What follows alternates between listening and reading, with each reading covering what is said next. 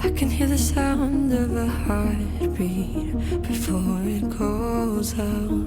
Won't ever leave my memory of bloodshed all around. I can see a tear on my father's face before it falls out. Oh, my enemy, how could I have ever let you down? When all these trees saw us grow, cut our teeth and make our bones right here. We play with shields made of stone, share our dreams and sit our thrones. Be still, 'cause I see smoke up ahead and I got steel in my hands.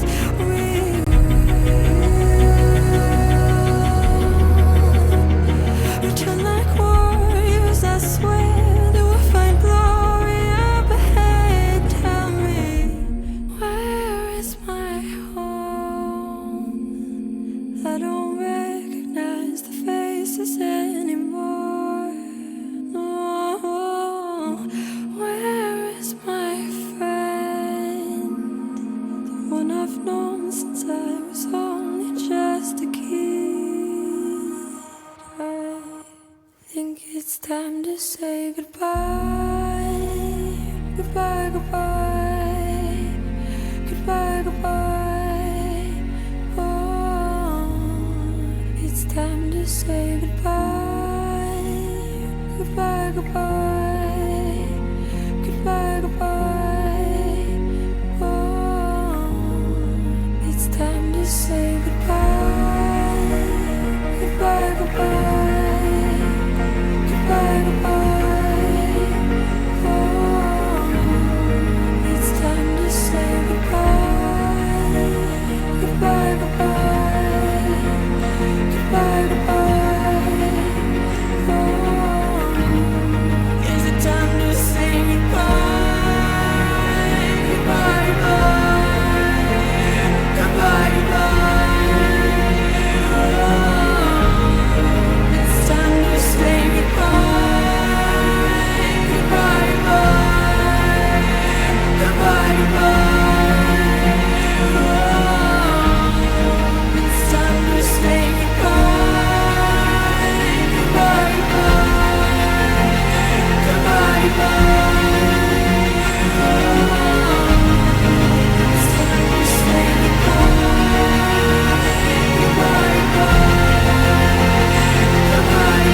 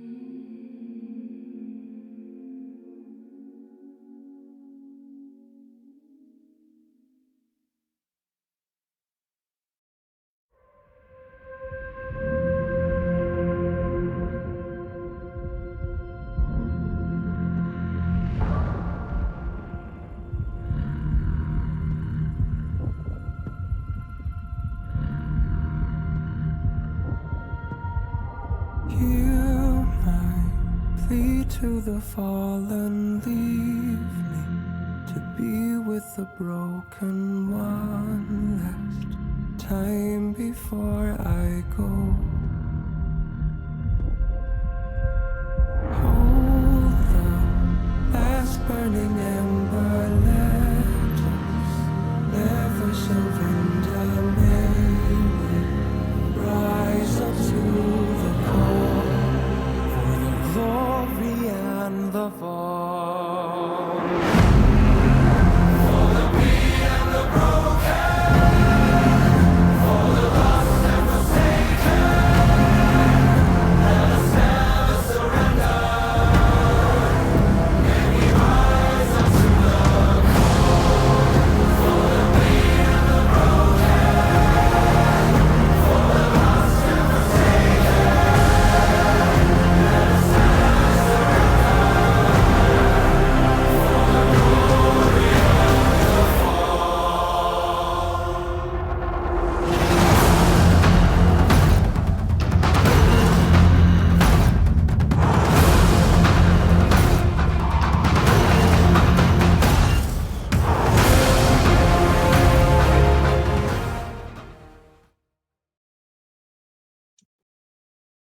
Welcome everybody to another installment of Astral eSports. I'm Sizzle. Today I'm joined by G Reed, and we have a selection of games for you tonight. G Reed, how you feeling? You excited? I am very excited, very excited. Perfect. Well, up first, as you guys might have seen, the 7 o'clock game will be not streamed tonight. There was a conflict of scheduling issues, so that will potentially be streamed another night, or at the very least, the VOD will be put up for y'all to look at. But first up, we have Zenigma Equinox versus Dispersed Gaming. Reed, looking at these OB.GGs, anything you think we're going to see tonight? Well, I'm really hoping to see a Zeri bot lane. I see that Ace 360 Seal has, played it once in the last few days. Maybe he's been practicing it secretly. I haven't seen much of it, but all Zeri's, yep. She's a cool champion. I mean, a lot of interesting stuff in her kit. The ability to jump over walls, the interesting auto attack slash ability usage. I mean, I definitely would love to see her. She's definitely fun. I see a lot of Kiana in the match history of Zenigma's mid laner. Potentially something we could see tonight as well. Otherwise, I mean, these guys have been pretty diverse in their champion pools. Not too many guys are one tricking anything, so I think that makes for a better game for us, as these guys have so much more to offer us in terms of picks, bans, comps, those kind of things. You know, were you aware of how the last week went for these two guys, or do you need a quick catch up? I'm aware that they both won, I Okay. believe. Want to know? Yeah, that's true. They did both win. Pretty similar, although Zenigma 24-minute win versus DG's 32-minute win. So that's a pretty significant difference there. Um, what do you think we're going to see in terms of these teams? You think Zenigma's going to play for that early game again, or do they maybe pick a more scaling comp, knowing their opponent wants that later game, sub or post 30-minute game time? Well, what I'm hoping is that with one team having the faster win time. I'm hoping that both teams just play to their strengths. One team plays early, the other one plays a little laid back, and we see who's better at their own game. Little macro game, see how it goes. The gold cap for these two teams, pretty close. I mean, Zenigma 13K versus DG's 11, so both these teams built quite a big lead. Um, the team KDA for Zenigma pretty high, 7.5 as a team versus DG's only 4.4. So Zenigma, one of those high kill teams. I definitely look to press that advantage early, get the gold, get the kills, and just snowball from there. What do you think DG needs to do to avoid that kind of early game stomping that Zenigma could put down?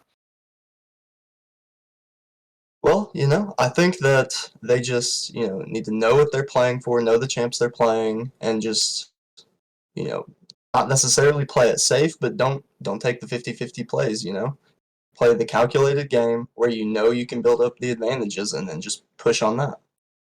I mean, that sounds like a good game plan. Hopefully, they stick to it. Looking at these guys, I mean, all these players obviously skilled, but I will say I think it's the top laner for. Oh, I can't tell. They all have a little.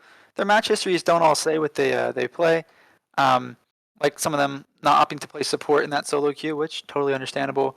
But some pretty good KDAs here. I mean, um, N9TF on Zenigma. I'm not sure which team he's going to play for, but I mean he has some pretty good KDAs. He's 5-5 on a Xerath. Could see that in the support role. 6-1 on the Jarvan. I mean, it's pretty solid stats. A lot of champions there have a lot of utility for their team, a lot of agency, especially in these early games.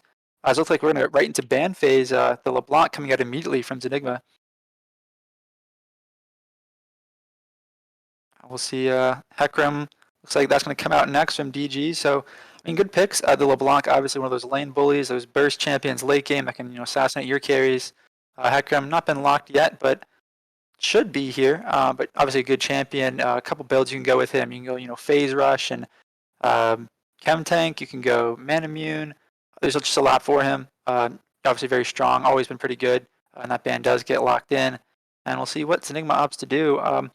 What do you think we can expect in terms of pick priority? Do you think there's anything that these teams are going to want 100% in that first pick? Like the Jinxes are pretty good right now. Kale obviously is a top tier champion. In any case, what are you expecting here? Well, I'm expecting to maybe see an Aphelios or Kai'Sa from Ace 360. You see that he's been playing a lot of that, been practicing the Aphelios a bunch. He's played really good games in solo queue on the Kaisa. I mean, both those champions strong, scale well, and as well. We see the Zinzao and the Lulu come out as two more bans. Zen, obviously pretty good. I've actually seen some pretty cool and interesting lethal tempo Zens lately. Not sure if DG is hip to that yet, but either way, Zen's a good champion early game, obviously. A lot of damage, a lot of healing, good gank potential. And the Kaisa does come out from Tenigma, so obviously they've been looking too. They saw that, you know, good play in the match history, and they figured not worth letting it come through. As Lulu, obviously one of those top tier supports all the time with just how much she has in her kit. As we're waiting for DG's last ban here before we get right into that pick phase. Any predictions on what it could be? Any positions you think that they should be targeting right now? Well, my prediction doesn't matter because Caitlyn ban comes through.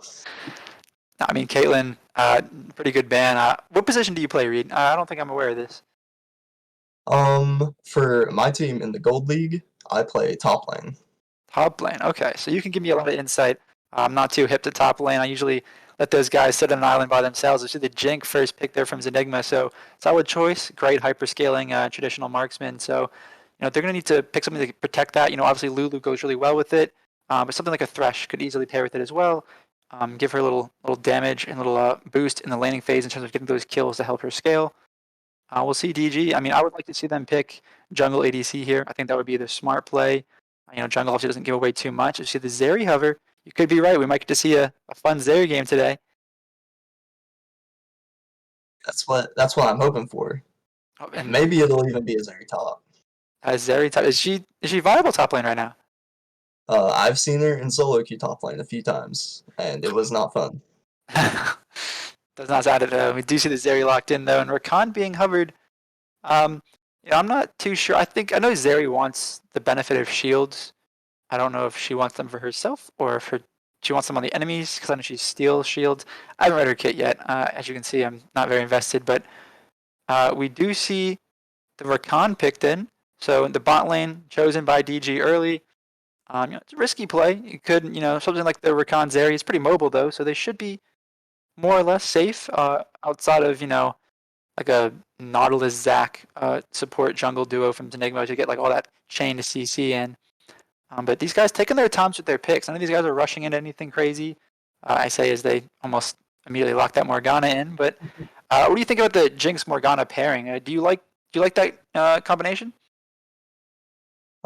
Personally, I just hate playing against Morgana bot lane just because she has so much disengage, but also can be used as engaged. She just makes it so hard to get onto the Jinx. But the Rakan does have many tools to do that. That's true. The Rakan is a pretty slippery dude. As you see the Nocturne hover, I'm not sure how I feel about Nocturne into Trundle. As a jungle main, I love Trundle and I love Nocturne. They're both really good. They both have the potential to carry.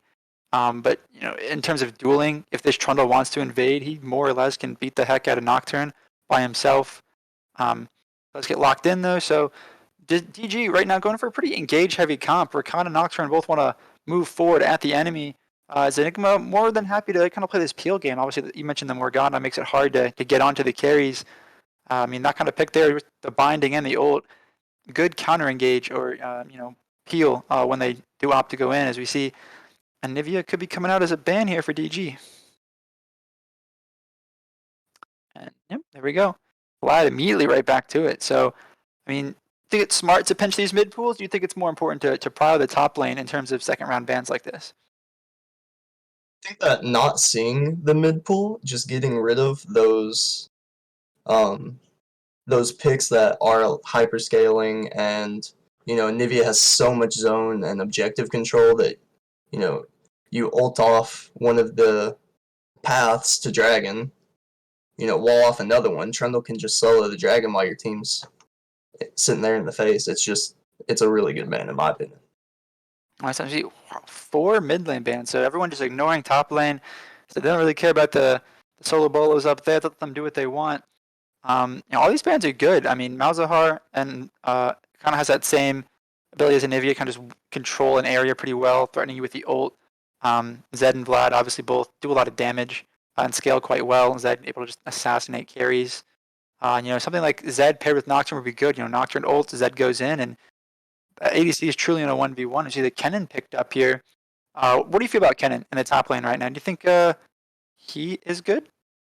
I really like Kennen. I mean, I don't think he's as good because of the TP changes, having to wait till 14 minutes TP to wards. So you kind of got to wait a little longer to get the TP ults in. But if you get in the side lane, I still just think it's one of those amazing picks that can turn around the game.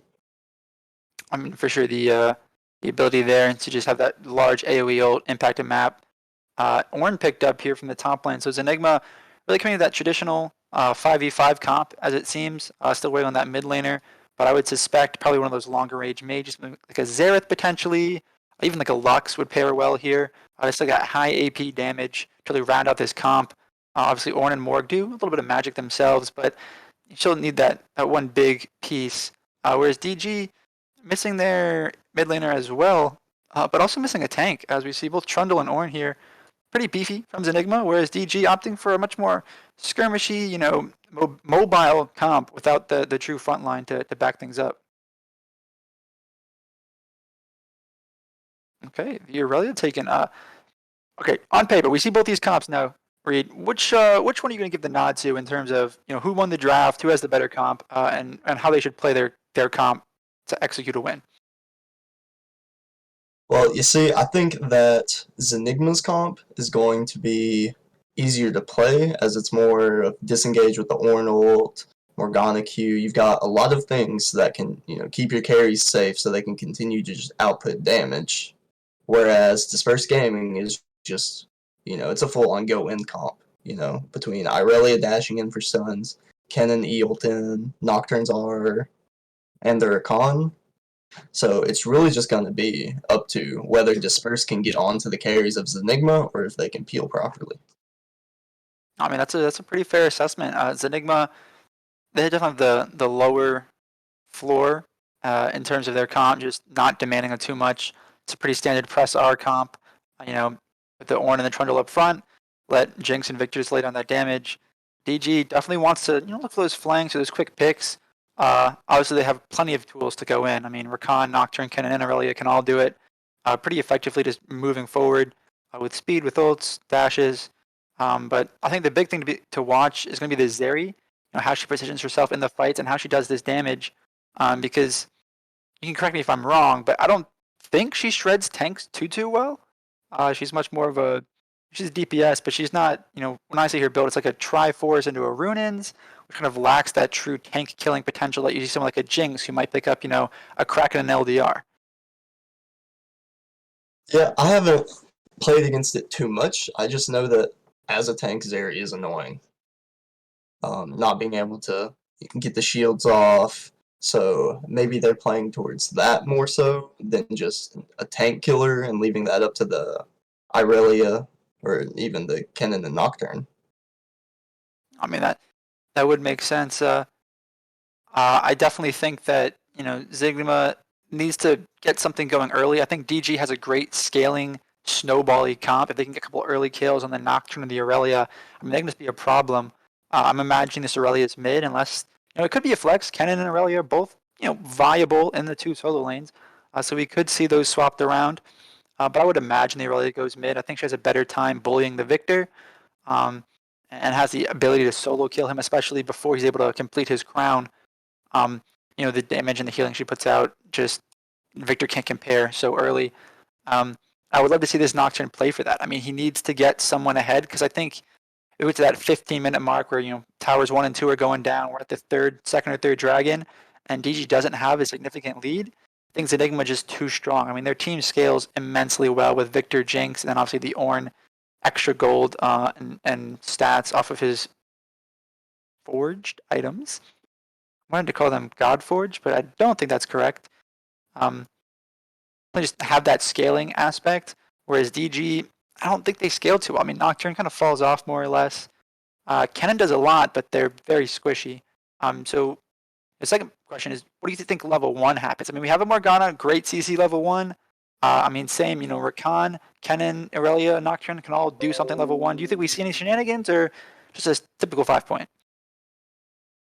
I think From Zenigma, typical 5 point probably. Whereas Disperse, they have, the Nocturne. We could see something weird where he goes Fear level 1, and then Rakan with the knockup, maybe looking to cheese somebody real quick. But I I doubt it. I mean, fair enough. The easy to land CC is not there. You don't have those Nautilus hooks. You can like flash hook, flash auto. Um, now, what do you think of that early getting a vision that we've seen in a lot of the games previously, where teams are going in and warding both of the enemy buffs or something to that effect, where they're getting I think it was a team in the B bracket, the Thursday games where they every game they were warding enemy red and blue, knowing exactly where the jungler was starting. Do you think we see any early pressures for vision, or do you think these guys respect the river face check and just kind of sit there and watch each other? I think that, you know, usually I would say that the early vision is, it's always worth risking the face check to get, just so you know where that jungler is going, where he's pathing, when you can try and make something happen in your own lane. And that makes sense. So And everyone who can see this right now, this is Pro Comps, one of our sponsors, and a great website for helping yourself through draft. As you can see here, it just identifies the kind of comps you're running. You have the 5 prototypical systems. Obviously, red team here opting for pick style comp. Looking for those quick catchouts, whereas the blue team much more of that. Front to back, let the carries do the work while you have the tanks in front. Um, you know, what do you think, Reed, about pick versus protect? I mean, who do you think has the edge in this kind of matchup? Do you think it's easier to protect the 1 or 2 people that are trying to get picked, or do you think it's easier to go after those 1 or 2 people? well, it all just depends on how well you know the people you're playing with.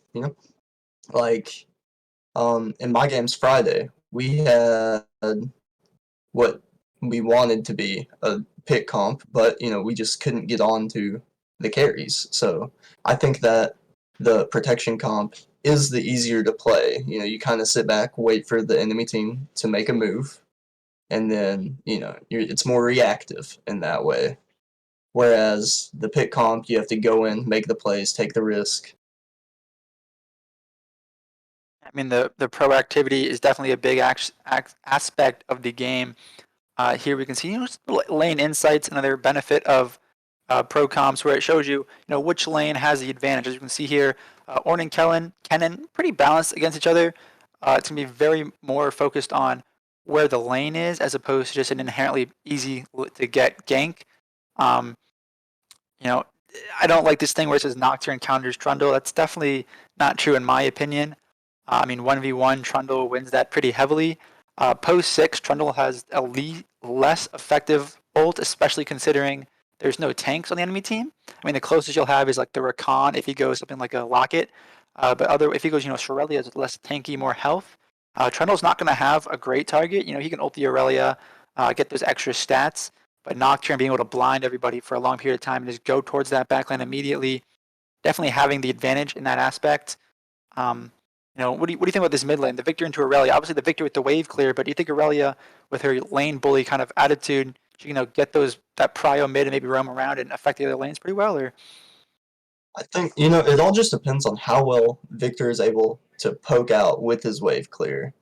If he can chunk Irelia while staying safe enough, then he's going to be the more dominant player when it comes to, trying to make things happen. But if the Irelia can not get hit by the poke and just bully the Victor, then she is definitely going to be a big factor going in the side lanes and jungle pressure.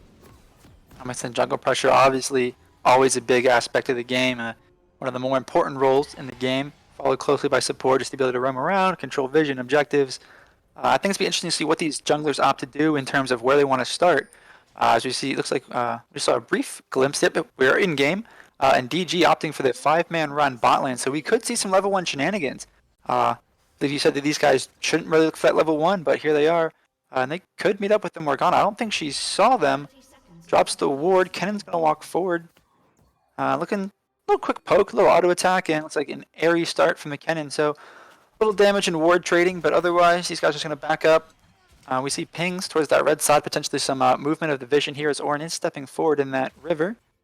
Now these guys opting for a pretty safe start. DG running for that quick 5-man, but Morg, that's an interesting ward. You don't see that too much. The support runs down and wards that, or invades that, go that route that much, but it works out pretty well.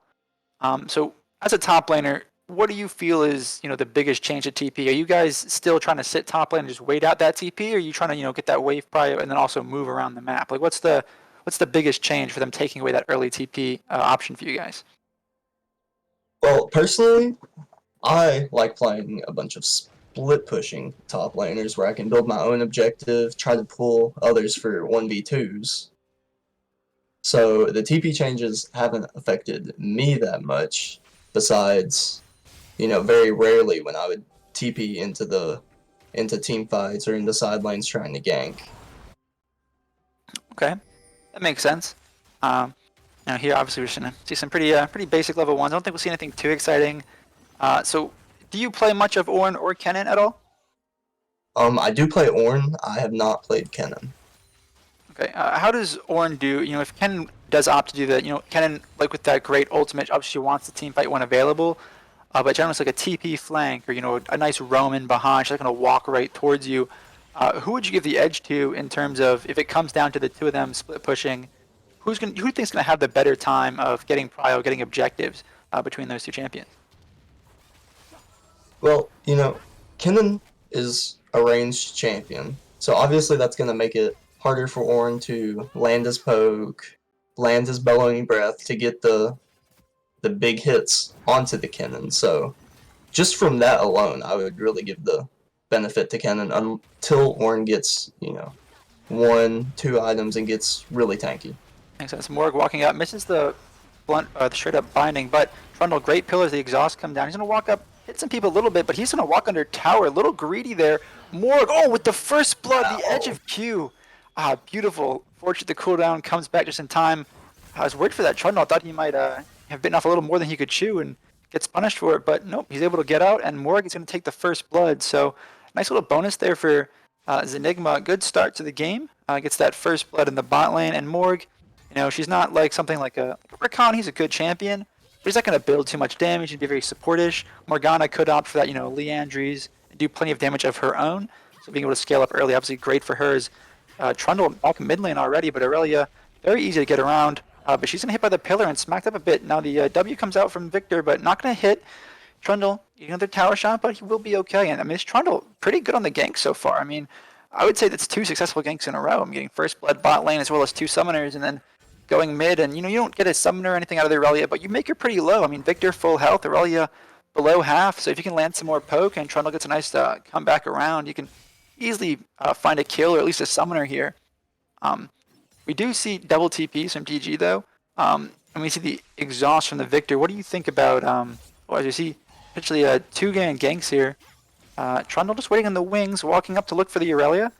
He goes down for the stun, and that's a good play right there. The Nocturne coming in, trying to help her crash the wave, so she doesn't have to stay too much in danger. But what do you think about the 1 versus 2 TPs in this game? Do you think we're gonna?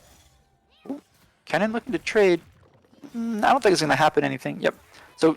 Do you think the Victor should have gone anything other than exhaust? You think maybe the TP would have been better? I mean, what's your thoughts here? I think that both TP and exhaust are really good summoners to take in this matchup, but since he's looking to scale and trying to play safe in lane, the exhaust just adds that extra security for him. Since we see Trundle bot lane again, Zeri hit by the pillar, but Trundle gonna get knocked up as Rakan is rooted onto the almost gets away, but Chompers and Morq both able to hit and almost able to dash away, but now Jinx gets another kill. This is a big lead for this Enigma bot lane here. Already up 2-0 in this lane.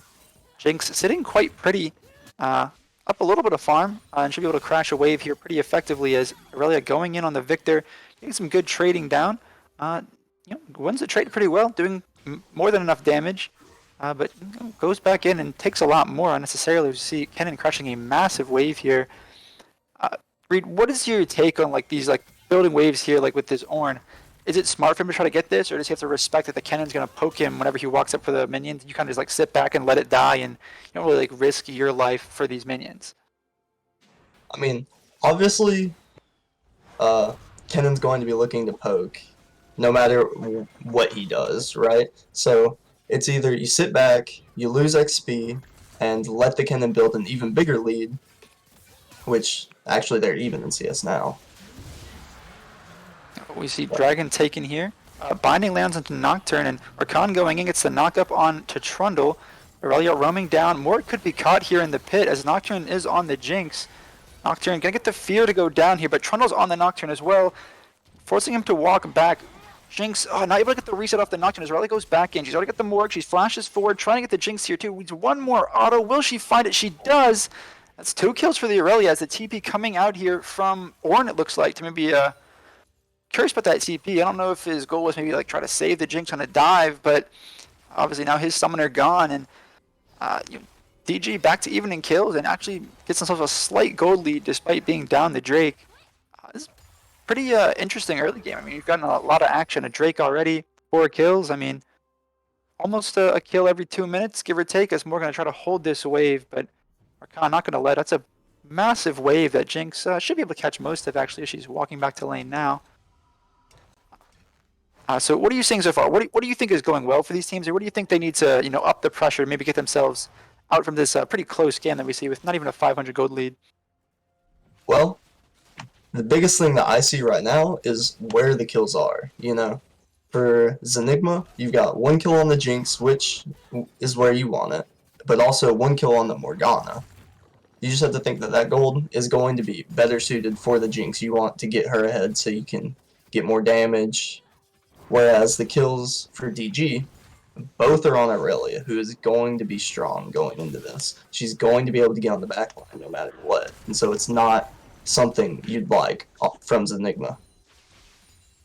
I mean, that's reasonable. Definitely, Aurelia can do a lot with 2 kills. Already has the Vamp Scepter, which I'm told by a lot of people means she's full build. The amount of healing she gets off of autoing and Q is just incredible with simply that one item. So we see Nocturne has hit 6, so we could see a lot more action out of him and DG as they could opt for these bigger plays with that, I don't want to call it a global ultimate, but, pretty significant range.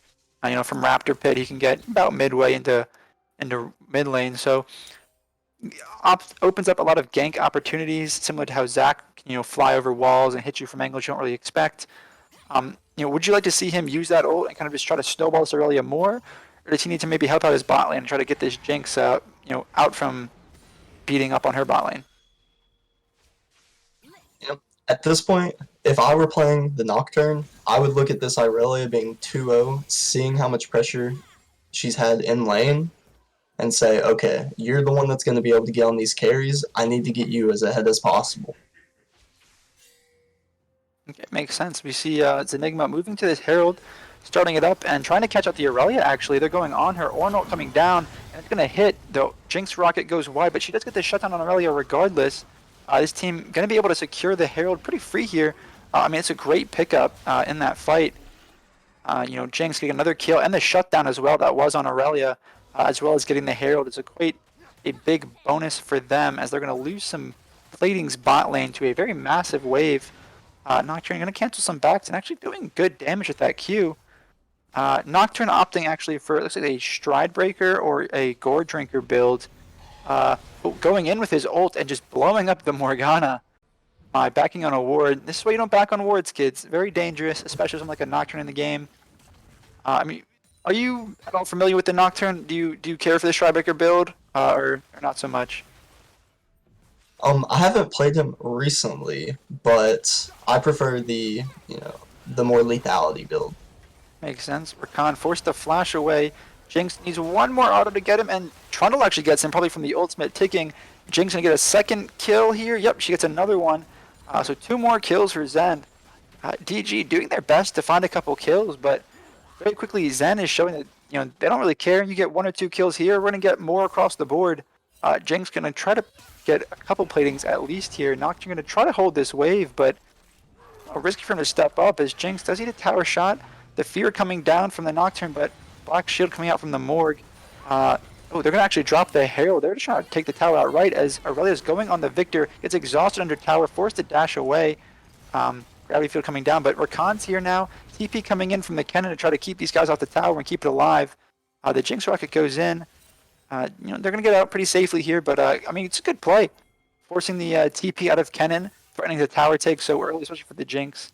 As Ornn is now going to crash something on the top side. Victor needs to be careful, though. Aurelia did ult him under tower, and she's low on mana, but he's pretty weak at the moment. As DG actually going to benefit from these recall timings of Enigma and get a second dragon, or the first dragon of their game. Who do you think is going to benefit from these dragons stacking more? We're going to see an Ocean Soul, so obviously everyone wants that, but do you think DG has what it takes to contest these objectives well? Obviously they're lacking that tank, but do you think that you could see something from them in terms of getting to these objectives first and controlling that area of the map? I think we could, just because they have, so much CC through the Kennen and his ultimate. That's so much pressure. Also, they have the Irelia ult, which can disarm, I believe, can disarm who they hit, and just with the engage from the Nocturne and the Rakan, I do believe if they set up these objectives first, they will be able to keep priority.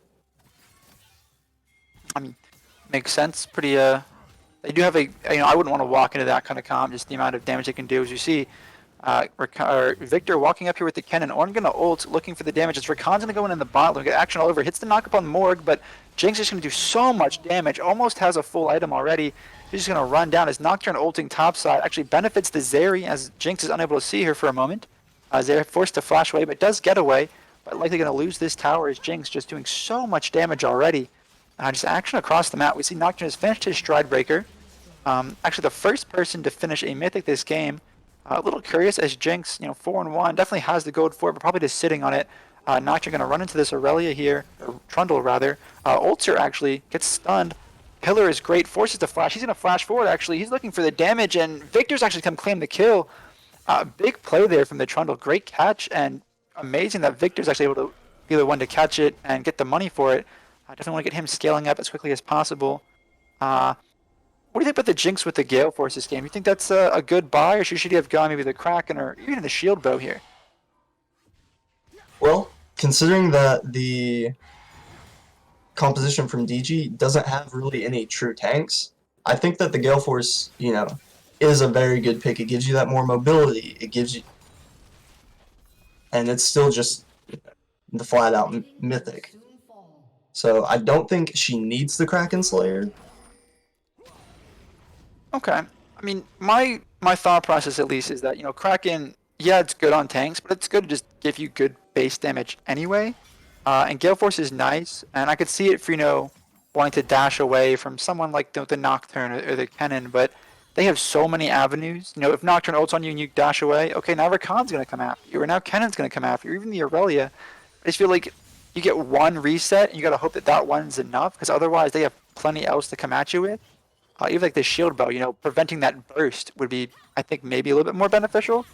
And obviously, I'm not an ADC.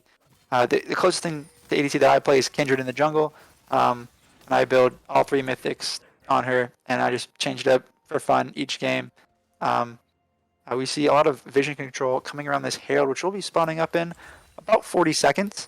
What are your thoughts on second Herald? Do you care for it? Do you think it's not really worth the effort? What's your take? I think it is worth getting if it's the only neutral objective on the map. Obviously, I would personally always prioritize the dragon more, trying to work up to that soul if it's on the map. But if it's just the Herald, like right now, I think it's definitely worth going for, fighting for, especially if first turret isn't down yet, which in this game it is. But Aurelia looking for a trade here. Ornn actually doing plenty of damage himself. Do you think it's smart for DG to be contesting this? I mean, they're down, not too heavily, but they are down right now. Aurelia and Ornn both able to TP into this fight. Do you think it's in their best interest to really contest this, or do you think they should just, let sleeping dogs lie? They're already down. Is it worth risking a lost fight to go down even more? Oh, we see the Ornn actually channeling the TP, calling the bluff of DG. Do they want to go in? No, they don't. They're going to back up, but they do get first move towards the Drake. In your opinion, do you think Zen should contest this Drake, or maybe use this Herald and threaten 2, maybe even 3 towers off of a push instead. That's just going to DG actually grab a tower here. I think that I am personally biased. I love stacking dragons, so I always think that if you can, if your team is able, you should always contest the dragon and just not give it up for free. So if I didn't see the Jinx top lane splitting, I would say that with the Ornn ultimate, with the Victor ultimate, Morgana, that you would want to contest, but it doesn't look like they want to with the Jinx top. Nah, Jinx gonna get the solo gold off of a tower, but that's really it. Is DG, starting up this dragon, doing it pretty quickly, and they're gonna get it more or less uncontested. I'm curious by the call there from Zen. I mean, I think they're in a great spot to fight. Obviously, the Jinx wanting the gold top lane, but I don't know that it's worth. I think like you said, stacking those dragons would have been just more beneficial. And they still have the Herald. Obviously, they could have gone and gotten a tower later if the Jinx really wanted it. But benefiting DG, they're able to get another objective on the map. At the very least, able to stall out if they do continue to fall behind here. Of Zen, they could stall out Soul for an extra 5 minutes. But Ornn pushing up here, and Aurelia just kind of hanging out. I know Aurelia is seen both top and mid. Do you find that she could deal with an Ornn more or less by herself, or is she, kind of just doing this to wave clear and just kind of match the Ornn with TP or something like that? Well, looking at the builds of both, I really don't think that she can deal with the Ornn unless she just gets amazing trades at this point. He's got the Sunfire, the plated steel caps, and the Bramble, along with corrupting pods. And she has nothing to go through that armor. Fair enough. We see a potential flank coming in here. Kennen looking for something as Nocturne stepping forward. Kennen going to go forward. Presses R, but only on the Morgana. More going to get as we get to see nothing. Nocturne going in, going to finish off the Morgana. Looking for the damage, but now Ornn's coming in with his ult. Does a lot of damage. Nocturne's still not dead. Aurelia's on the back line. She's fighting Trundle, but she is losing to the Jinx as well. They're really going to fall down here as Ornn trying to 1v3 under the tower, forced to flash away. Everyone's so low on the side of DG, but they're not quite dead. Jinx going forward, forces the flash. DG gonna get out of here 1-for-1. But Jinx still not done. Victor on the side, he's gonna get a lot of damage, kill the Zeri. Nocturne's gonna go down as well. Yep, Victor with a double kill. And just a good fight there. DG looked like they might have had the collapse, but kind of not able to land a multi-man ult. And Zen gonna come back in with the counter engages, do plenty of damage, get multiple kills, and 2 towers actually out of it. It's like the first one with the Herald drop as the fight was unfolding. And jumping from a 2k gold lead to about 3.5k. So not an insane. Oh no, it's more than that. It's 4.5k. So a pretty significant jump there. Yeah, and that initial fight was a 4v5 as the Victor was top lane trying to come down. He came down to finish off the Nocturne and his double kill. So at that point, you just have to ask. We're losing a 4v5 on the side of Dispersed Gaming. Like, what do we need to change up besides ulting the Morgana with a Black Shield? Yeah, I mean, the Kennen ult not doing what it needed to in that fight, not getting onto multiple people. Nocturne kind of just going into the backline. He does finish off the Morg, but that was all he was really able to contribute to that fight. I mean, the damage coming out of Jinx and Trundle also just kept Aurelia from being relevant. She also still does not have a Mythic yet. Is this Bork first a typical build on Aurelia, or do you really want that Mythic early? I tend to go for the Mythic early. Okay. I like the lifesteal from having the Bork, the dueling capabilities, but I just think Mythics first, are the way to go when you're trying to be as strong as you can be to be able to make plays. Makes sense. Now, would the Bork first or something? It's like if she was like 3-0, just absolutely rolling lane, sitting on tons of money. Would the Bork first make more sense? Just to accelerate that lead. I believe so. Just because you have that dueling capability to be able to build up the gold lead you already have going into that Mythic. Okay, makes sense. We see if production could hit us with that gold graph chart, I would love to see where these guys sit. Yeah, so 700 for Ornn in the top lane, even in the jungle. Actually, Aurelia ahead of the Victor by about 800, but bot lane a 3K lead. So almost all of the lead in this game is in the bot lane. They're down, just under 4K, and there's a 3K gold lead difference in ADC, and there's about 800 in support. So the bot lane of Zenigma, really where all this money is sitting. The Aurelia, she's got a couple kills to match the Victor, and obviously out farming him by a wide margin of 42. I mean, Zenigma wanted to have a protect comp. They want that Victor and that Jinx to be able to deal plenty of damage, and so far it's working out. Jinx ulting the Baron just to check it out. Actually, I think might have hit the cannon there. I'm not actually sure. We see Dragon spawning up here in about 5 seconds. Uh, you know, Zenigma has first move to the pit. It looks like pings are actually going down on the Baron by the side of DG. I think they're content to just give this one and maybe trade Dragon for Baron, but this Dragon goes away quickly, and we'll see how is Baron doing. It's still pretty healthy. They're not doing enough damage here. Can Aurelia buy some time for her team to finish this off? She hits the stun on the Jinx. One's gonna ult. This is a single man ult. The pillar comes through. Aurelia is being beaten up, but she may have just bought enough time for her team to finish off this Baron. Although it's still sitting at only 4K, they need to finish this quickly. The enemy team is moving in fast, but Rakan gonna sacrifice himself, goes in, dies to the Jinx. The ult comes out from Nocturne, and he actually does finish it off, but can they get out?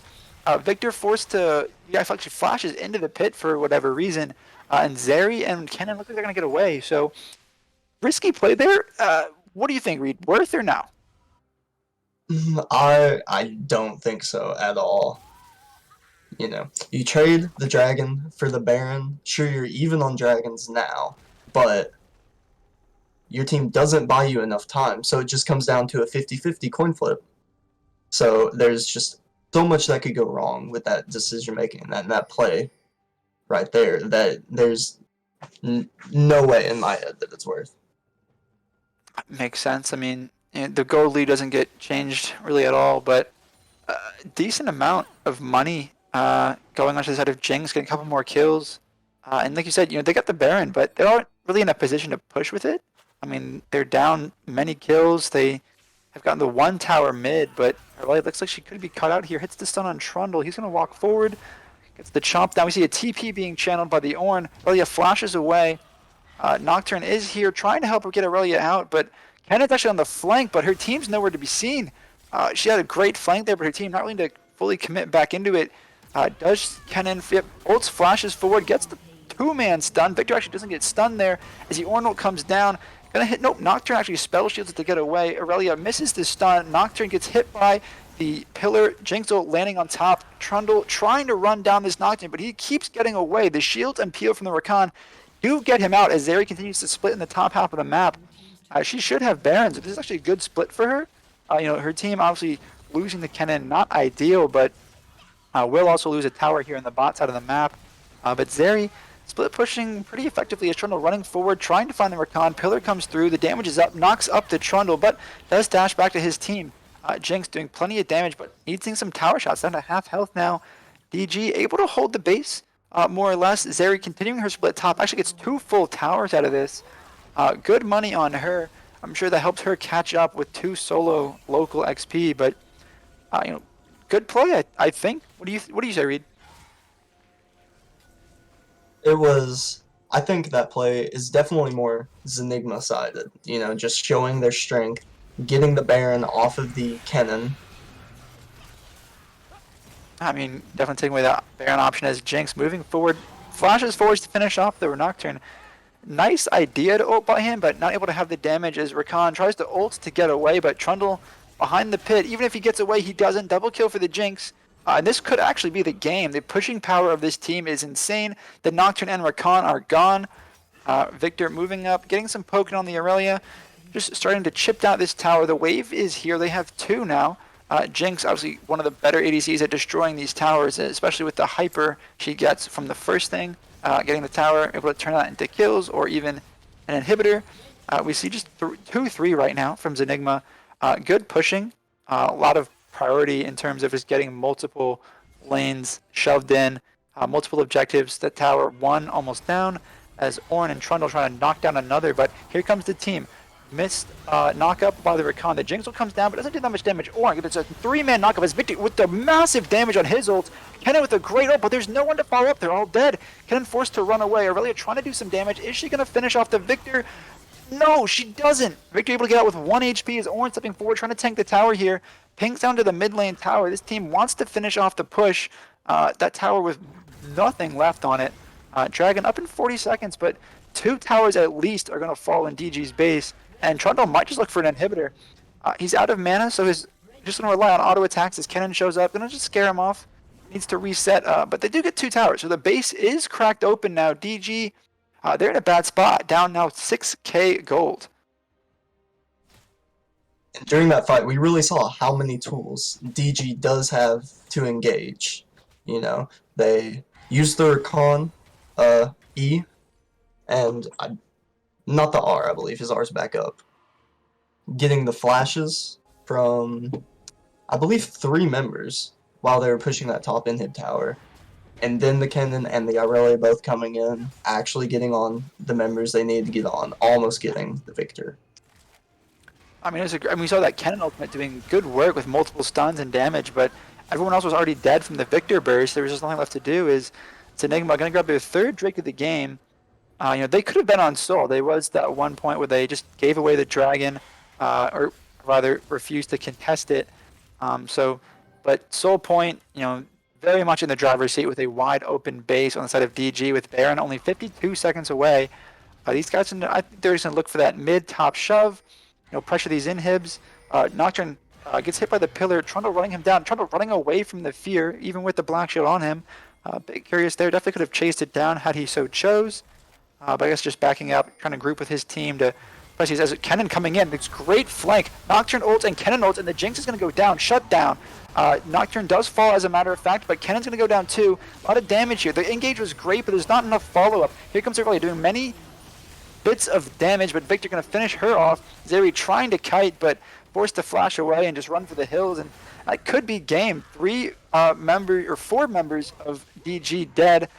No wave here for Zenigma, but they could just move top, get the 2nd inhib at least, shove this in. But good looking fight to start. They had the Jinx caught out with the Kennen Nocturne, but no one else was close enough to follow up, and they just perish onto the side of Zenigma, doing plenty of damage with Trundle and Victor. Even the Jinx getting a little bit out before she passes, as they're going to go into the Nexus towers.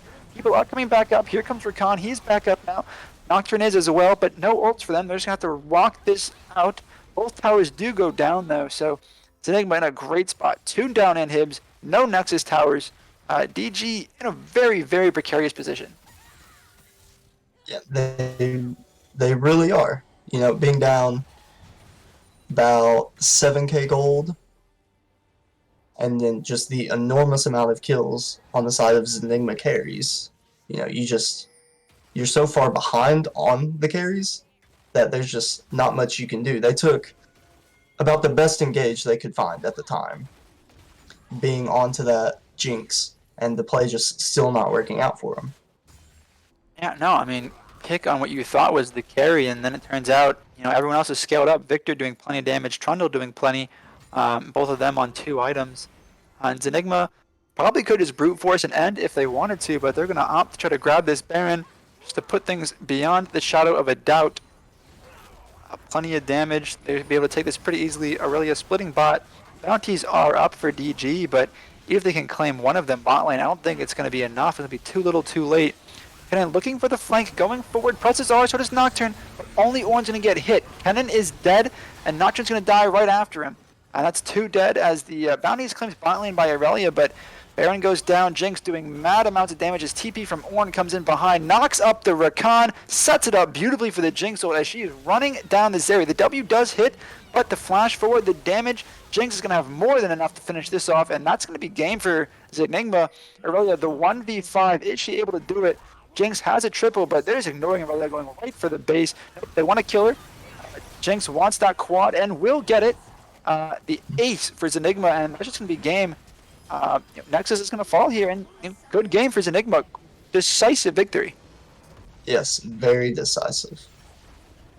Zeri actually, I don't know if you noticed, stealing the Baron during that last fight as their last almost trying to be the saving grace, getting that second Baron, denying it from Zenigma as they tried to push in. Of course, it didn't work out that way for him. I did not even notice. That's huge, big steal. Unfortunate, it's not going to really matter.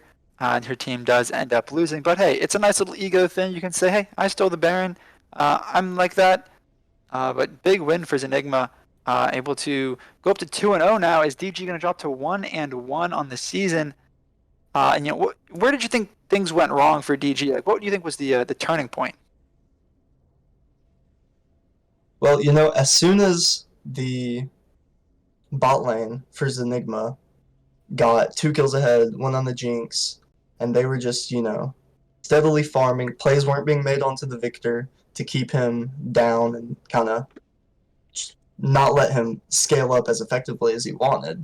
At that point, that's where DG were just getting outscaled, and they, weren't able to make anything happen because they didn't make the early plays. I mean, it makes sense. Not able to capitalize on those early opportunities. Obviously, the 2-0 Aurelia, not able to get any more kills really after that. We do have a interview here with Henry Rocks. Henry, how's it feel to win?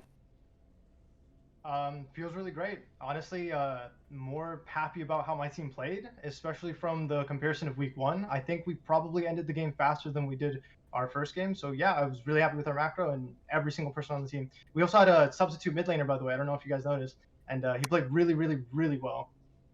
Did not notice, but yeah, played exceptionally well on the Victor. I think he ended with 6-0 or 6-1, something incredible like that. Henry, just walk us through draft. Was the plan to go for that protect the carry comp, or would it kind of just evolve out of what you were seeing? Well, since we're blue side, a lot of us are of the opinion that a Jinx is very broken, and I enjoy playing the champion a lot. So we usually contest Jinx for B1, as is apparent in all the other drafts, or I guess the only draft that we've played so far.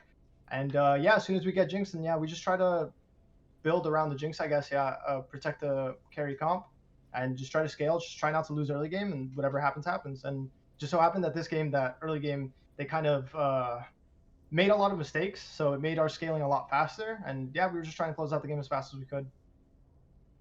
I mean, makes sense. Pretty logical there. Now, just one last question. What was the thought process? You did give up the one dragon, the second ocean dragon, where you kind of went top and your team didn't really contest. Was that the call? Were you content to give up that dragon in terms of getting you that solo gold on the tower and just help your scaling? Because look, at that point, you probably could have won the fight and just bullied them out of the dragon pit.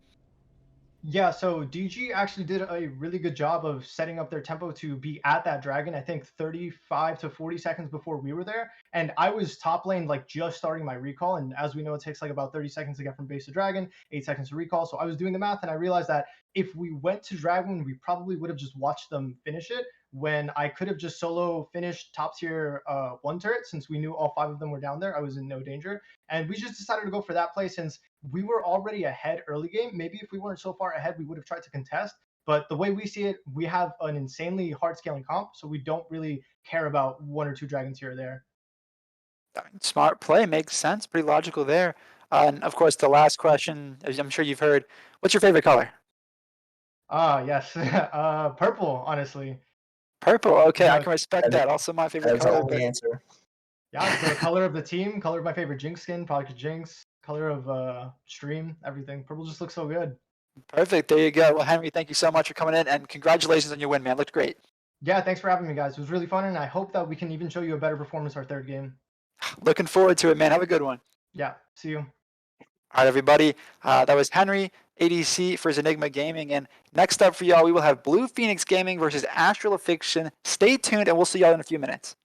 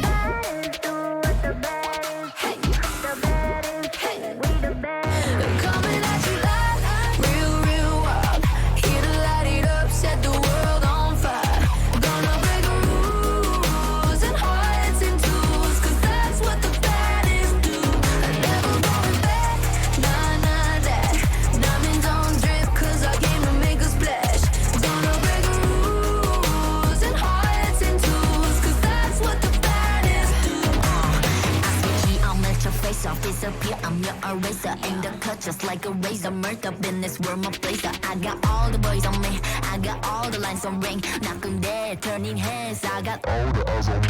Pretty face, 걸어 들어와. 유행 선두자. 원하지만 못하잖아. 애가 타잖아. You like whoa, 갈리 유도 go. 난 알지, I know. 준비해, cause I like the ball. 멈추지 않아. 말할래, 그게 like a bag. 그거 말고 bye. 믿어봐, 그만큼 크게. 어깨 펴고 high. 100% 덤비지 못해. 죽여주잖아. 나는 boss. 간지 with the sauce. 원하면 줄게. I'm doing damage when just how I planned it. I do what I want when I say. 모든 날 따라해 난 끝내주잖아. To live on the edge of insane. Coming at you loud, real, real wild. Here to light it up, set the world on fire. Gonna break rules and hearts and tools, cause that's what the baddest do. I never going back, nah, nah, that. Diamonds on drip, cause I came to make a splash. Gonna break rules and hearts and tools, cause that's what the baddest do.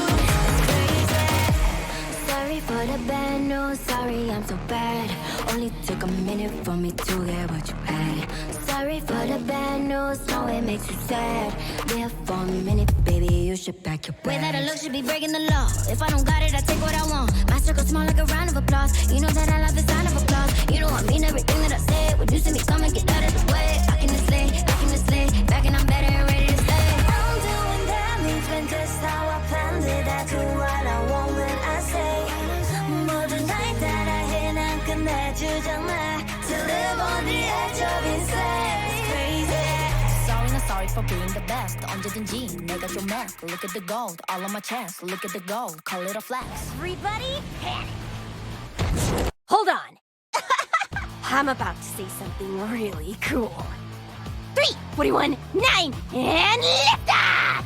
No one dies screaming without me. I feel like I forgot to shoot something. You're starting to bore me. She's such a loser, always ready to cry. Ah, come on. What's the worst that could happen?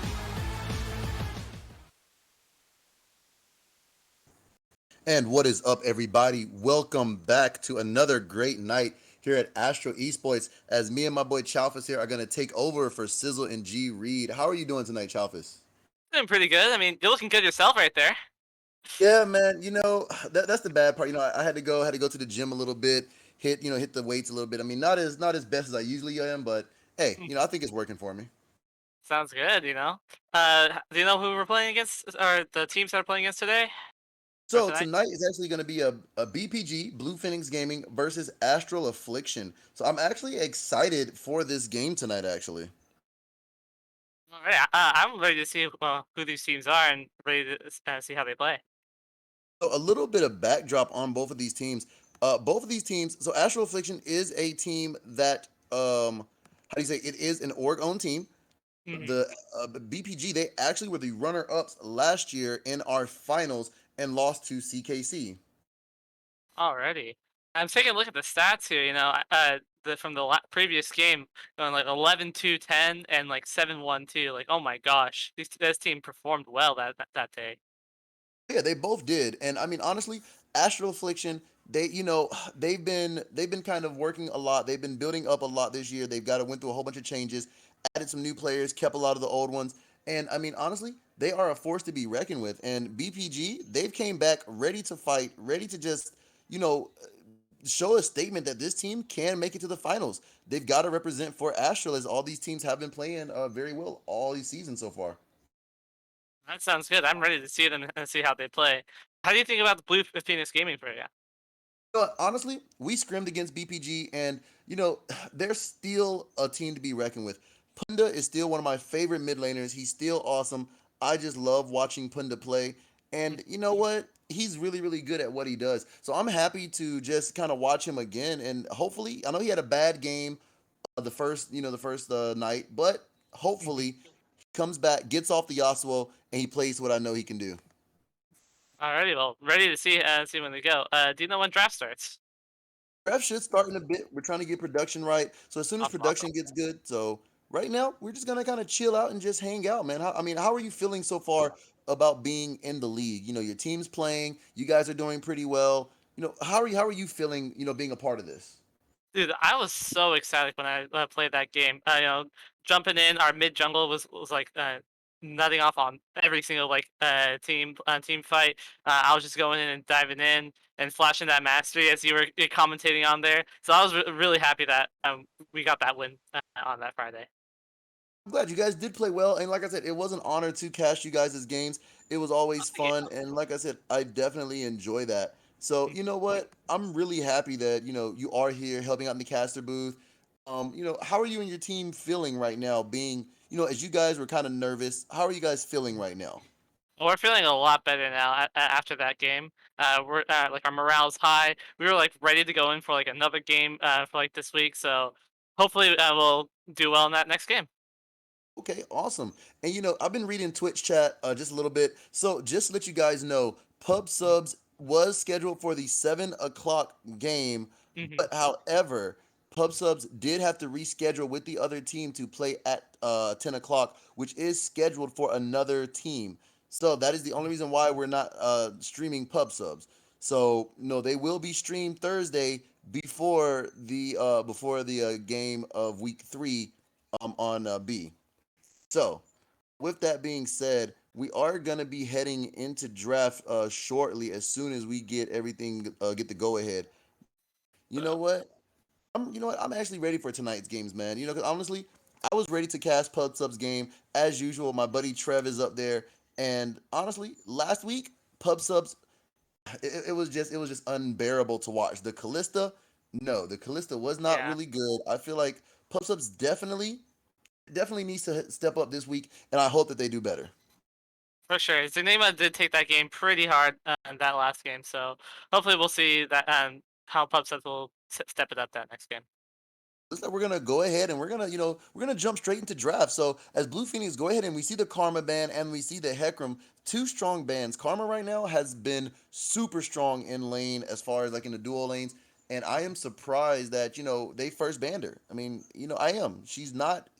I say she's strong, but she's not something I would first ban. For sure. I think that Karma is like more of like a niche kind of support. I think there's definitely a lot better enchanters in her, but it's okay to just to get her out if like someone on Astral is like really good with Karma. So it's probably a good first ban on that part. Okay, and as we see Shin come down, it looks like the Pike is being Yeah. hovered. Honestly, you have to take Pike away from Punda. Punda does play a very good Pike mid lane, and it is a thrill to watch. So Astral Affliction doing their homework, taking away Punda, because honestly, he is probably their premier carry in his lane. Like he really doesn't lose lane often, and he is one of my favorites in this tournament. Whenever I see like Pike, you always think of him as like some support, as like some support carry. But like in the mid lane, even though he's been nerfed constantly over time, he's still a great snowball champion to go and help the other laners. So mid Pike is still a good ban. And it really is. As we see Zeri and Vex rounding out the Ah, first yeah. the first bands, I really do enjoy that.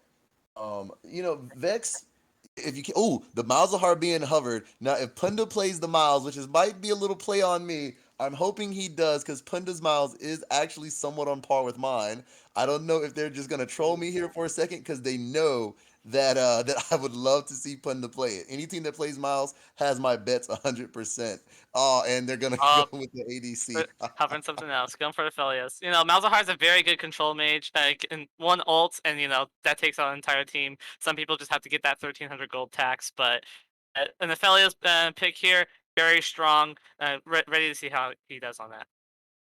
And definitely, and honestly, Aphelios, a very strong pitch. As we see the Jin being hovered as well, this is one thing I can say. You're looking at it, these ADCs being picked up. We just saw Jinx pop off last game. Now we Hmm. got this game. So, I don't know. Do you ban it? I'm glad they took it, but man, it's hard to tell which team is gonna, kind of step away here with both late game scaling ADCs. Yep, it's gonna be see who's gonna scale harder on this team.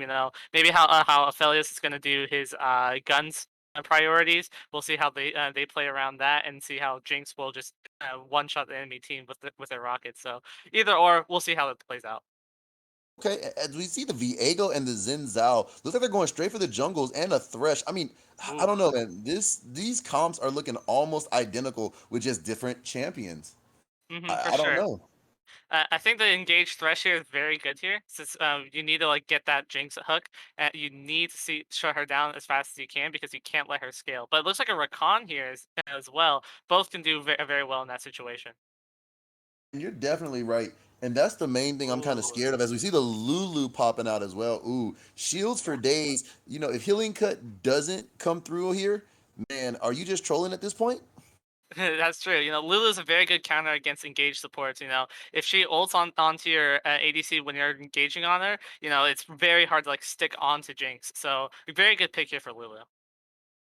Honestly, the Lulu with the Zin's out, Zen gets a lot of healing. You know that the fact that, she can heal them, she gets more shields, he ults, he gets that awesome shield. So, I mean, I don't know. And that's the main thing I'm kind of scared is we see the Victor and Diana, of course, pick and ban getting, getting out of here. Do you think we'll see a Corky ban out? I don't know if you can see a Corky. Corky's whenever you see a Corky, you want to like try and play passive, maybe like and neutralize it. So if they want to go for a Corky ban, then and they want to go for another neutral mid ban too as well. So looks like we'll just see a Diana Silas kind of ban for so against the engage mids. And the Ari did get that All little mini right. rework, and she has been dominating a lot of high elo play because of that little rework of hers. So if they lock in the Ari here, it's definitely gonna be something that's gonna look out for. Now, honestly, I'm not even gonna lie. This would probably be a game I would suggest Miles 100%. You lock down Ari, you lock down Zinzao. I mean, you get that lockdown, boom, you're good. You got Rakan, you got Viego, you got Aphelios. This would actually be a perfect game for Miles to probably make it through here. For sure. I think that if you go for like some engage kind of thing. Oh, looks like they're gonna go for the Malzahar anyway. So yep, for sure. They'll Oh, there lock it down is. that. Finally, Oh they're yeah, they're giving gonna Punda. lock. Yes. Yeah, for sure. They're gonna lock down that Ari. They're gonna lock down that Zinzao going on to the Aphelios. So very good pick here. We'll see what their top lane is gonna pick. Hopefully something with like engage, and so they can help go in with that Rakan. And yep, they're gonna pick the Gragas. That'll definitely do it. Honestly, I don't know. What if it's a Gragas jungle Viego top lane? What if they're just ooh, Uh, looks like the Sejuani top. oh. There it is. Okay. Mm-hmm. That Sejuani top has been being hovered. And there goes the There's a Mundo. Mundo. I, man, you know what? I can't even lie. I'm torn. I'm torn. I don't know. Well, you see, like the Mundo, he'll have like the infinite healing. He'll sustain for your entire fight. You just gotta get him to the late game as well with the Jinx, so they can fight very fast. And if you get with the with Blue Phoenix here, you have the engage for Sejuani, you have the lockdown for the Malzahar, and you have that late game scaling for Ophelia. So I don't know which one's gonna pick. I think it's gonna be for Astral here. Honestly, I think the Jinx is gonna be picked or is gonna scale harder, and I think the Mundo is gonna like sustain through all the engages. So. But we'll see how the game plays out, though. But once again, yeah, she can. If she gets caught by the Malzar, that's it. She's locked down. She can't move. They have a lot of burst. They can get Viego. All Viego needs is one reset. That's it. He doesn't need a lot. True. Miles can just lock down whoever he grabs, whether it's Ari, Zinzao, Jinx. Get the kill. Boom. Viego gets the reset, and now he's jumping off. So at this point, I don't know. It's hard to say which team is going to win here because honestly I'm conflicted. I'm obligated and torn because Astral Affliction sister team, I want to make sure that they win. However, Blue Phoenix, you got Punda on Miles, a homage to yours truly, and I love to see it. I love it. I think you're right on like whoever gets like the first kill in the team for that fight, right? You have Diego who can keep resetting off on those kills for if he kills like an Ari, kills like a Zin, that he can just go back straight in. But like also for Astral, right? You get Jinx and her passive with Get Excited, and she can just start auto attacking so fast that you'll probably end up dead after that first kill. 100%. And honestly, I'm looking at the points here. I'm looking at the points here in the betting pool here, and we see Astros got 7,300, and Blue Phoenix is sitting at 55. Ooh. I don't even know who I want to bet my points on because I feel like it's a conflict of interest here. Because I appreciate Punda modeling after me, modeling after the Miles one trick, and I'm glad I can inspire him to do this. Um, but I don't know. I don't know. Well, I think it's just gonna be whoever scales harder. I think it's gonna be bet all on the Jinx or all on the Aphelios because you have all the supports and they'll just keep their ADCs alive, right? Rakan to shield and like peel for her. You have like the and like the Malzahar to lock down people, as well as like the Mundo to face tank people, and Lulu to ult out and ult the Jinx and just keep peeling away. So whichever team goes, we'll see how that happens.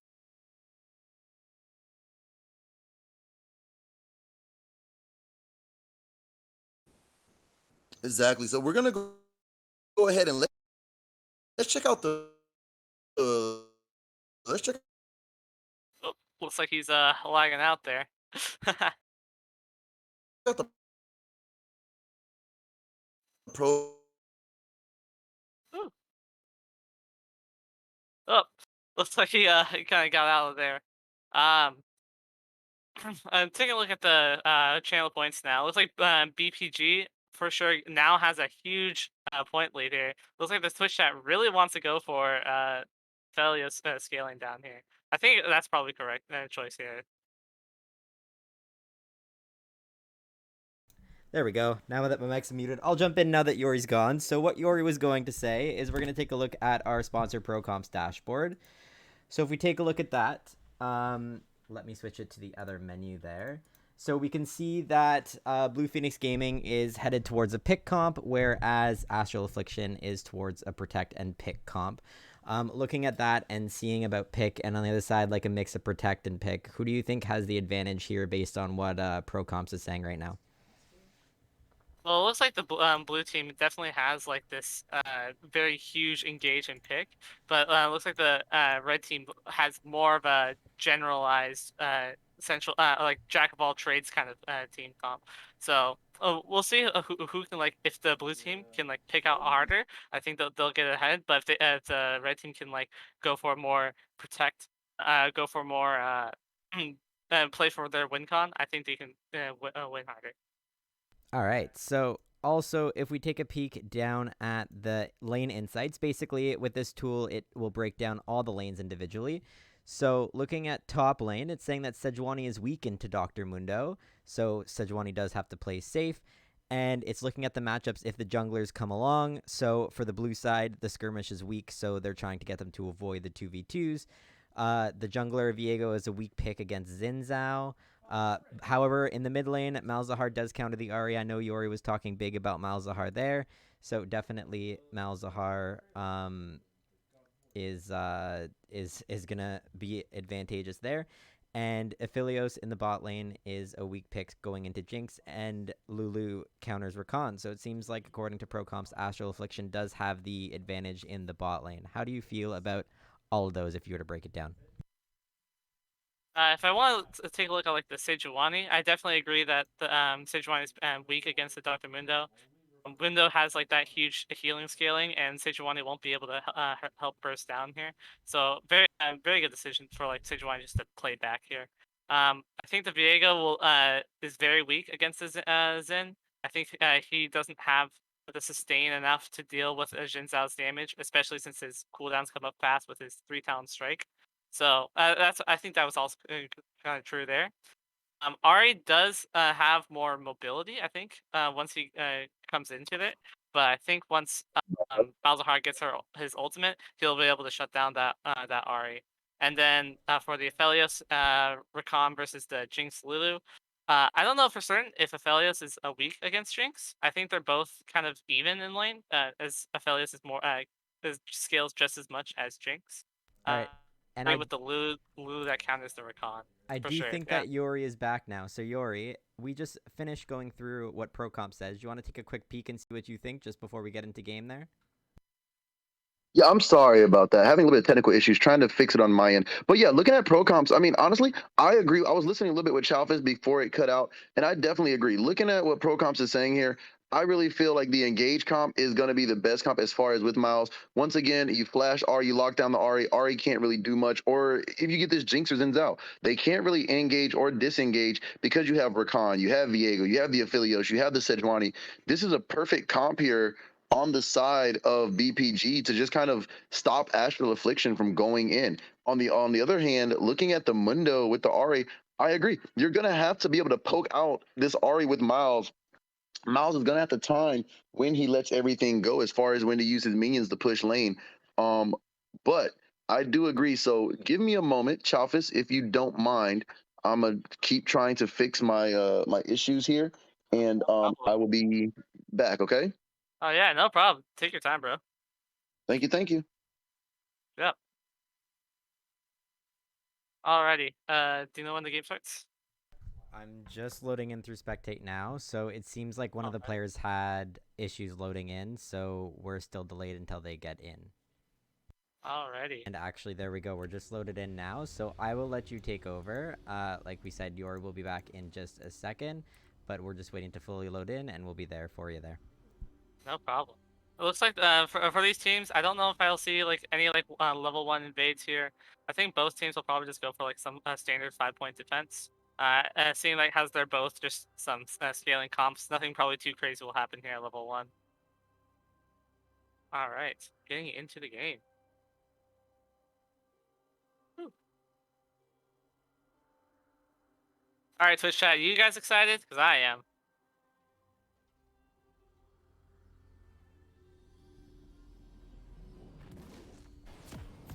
All right.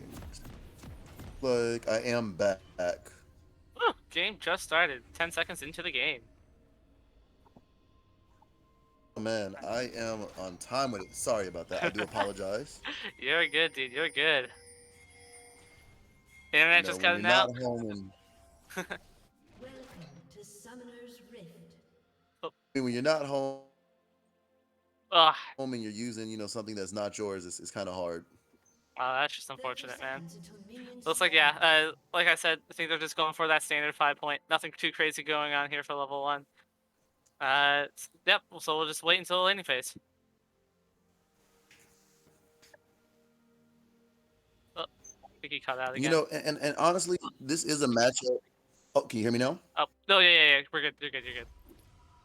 Okay, there we go. I'm just trying to get it right. But looking at this matchup between Miles and Ari, in a perfect world, Ari actually wins this matchup. She does. She can clear Miles's minions faster than he can spawn them. So it's really gonna come down to wave management and jungle pressure. If Xin Zhao can get a good gank on Miles and get Ari ahead, that's it. Miles is gonna have to play safe rest of the game. He can't get to that late game, and he's gonna win. If Viego comes, gets a good engage on the Ari, there you go. Miles can get ahead and he can snowball. So it's literally a battle of the snowballs here in the mid lane. For sure. I think that once Ari can like Q and like one-shot the Malzahar minions, I don't think Malzahar will be able to one-shot those minions. But like once he hits 6, though, he'll be able to control that lane since he can just walk up and just do a burst his full combo onto Ari while she's like sustained with her suppression. Yeah, see, and that's one of the main things I'm looking at is I'm hoping, and I really, really, really, really hope that that the Miles can hold off these ganks. As we see a gank from Xin Zhao just comes in right there. Like I said, that level 2 gank, that's what they're gonna need to do. They can't let this Miles just farm, or else he's just gonna poke out Ari and just go from there. For sure, that Malzahar's E going into like trading into the Ari and like just going in for like a wave management or like to push out the wave very early. You can't let him do that. You have to get in and try to stop that as much as possible. Viego's trying to trade back here with this Jinx, but man, this Lulu is just, literally just helping this Jinx get all the attack speed, the movement speed, the shields, to where Aphelios is losing these trades 100%. And one of the downfalls in this matchup that we didn't even really talk about is the fact that if Rakan goes in, all Lulu has to do is literally polymorph and boom, he's stuck there. He can't really get out. So, it's actually a hard counter to the Rakan. So they're going to have to definitely be a little bit cautious here on how they play this and when they're going to go in.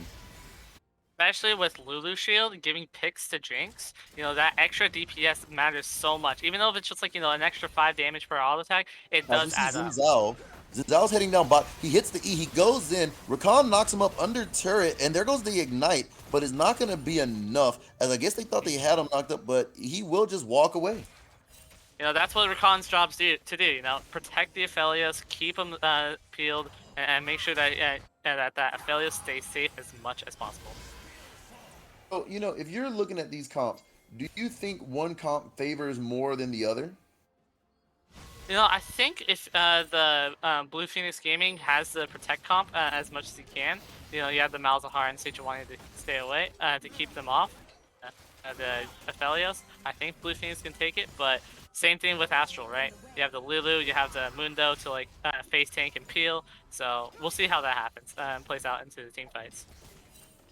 I mean, if they can peel, if they by any chance they can peel the peel off, do you think that Miles and Sejuani can do a lot of damage as far as the Viego? As we see, the Viego is just kind of chunking on the Miles. That percent HP damage is gonna come in handy against this Mundo because the tankier the Mundo gets, the more damage Viego is gonna end up doing.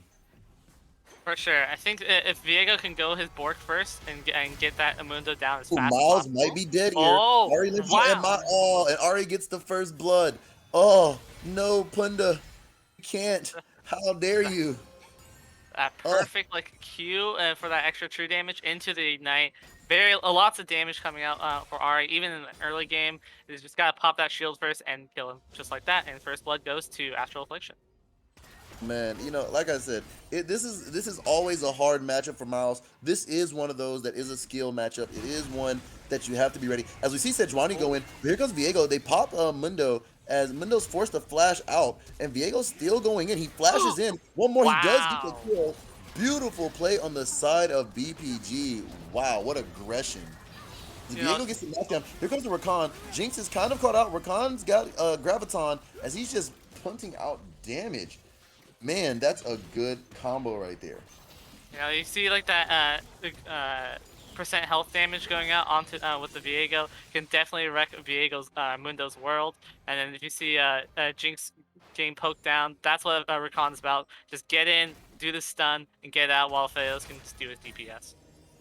You're right. And see, these matchups down here, we so overlook Rakan as a good support. Even though he's engaged, even though he really doesn't do a lot of damage, it's still just his utility makes him so well. And it's funny, he's paired better with everybody else besides Xayah right now. Uh-oh. Mendes is going in. Looks like Sejuani's gonna die. The Q comes Wow. down, and Evil Cheese will take down Nick Tim Steve.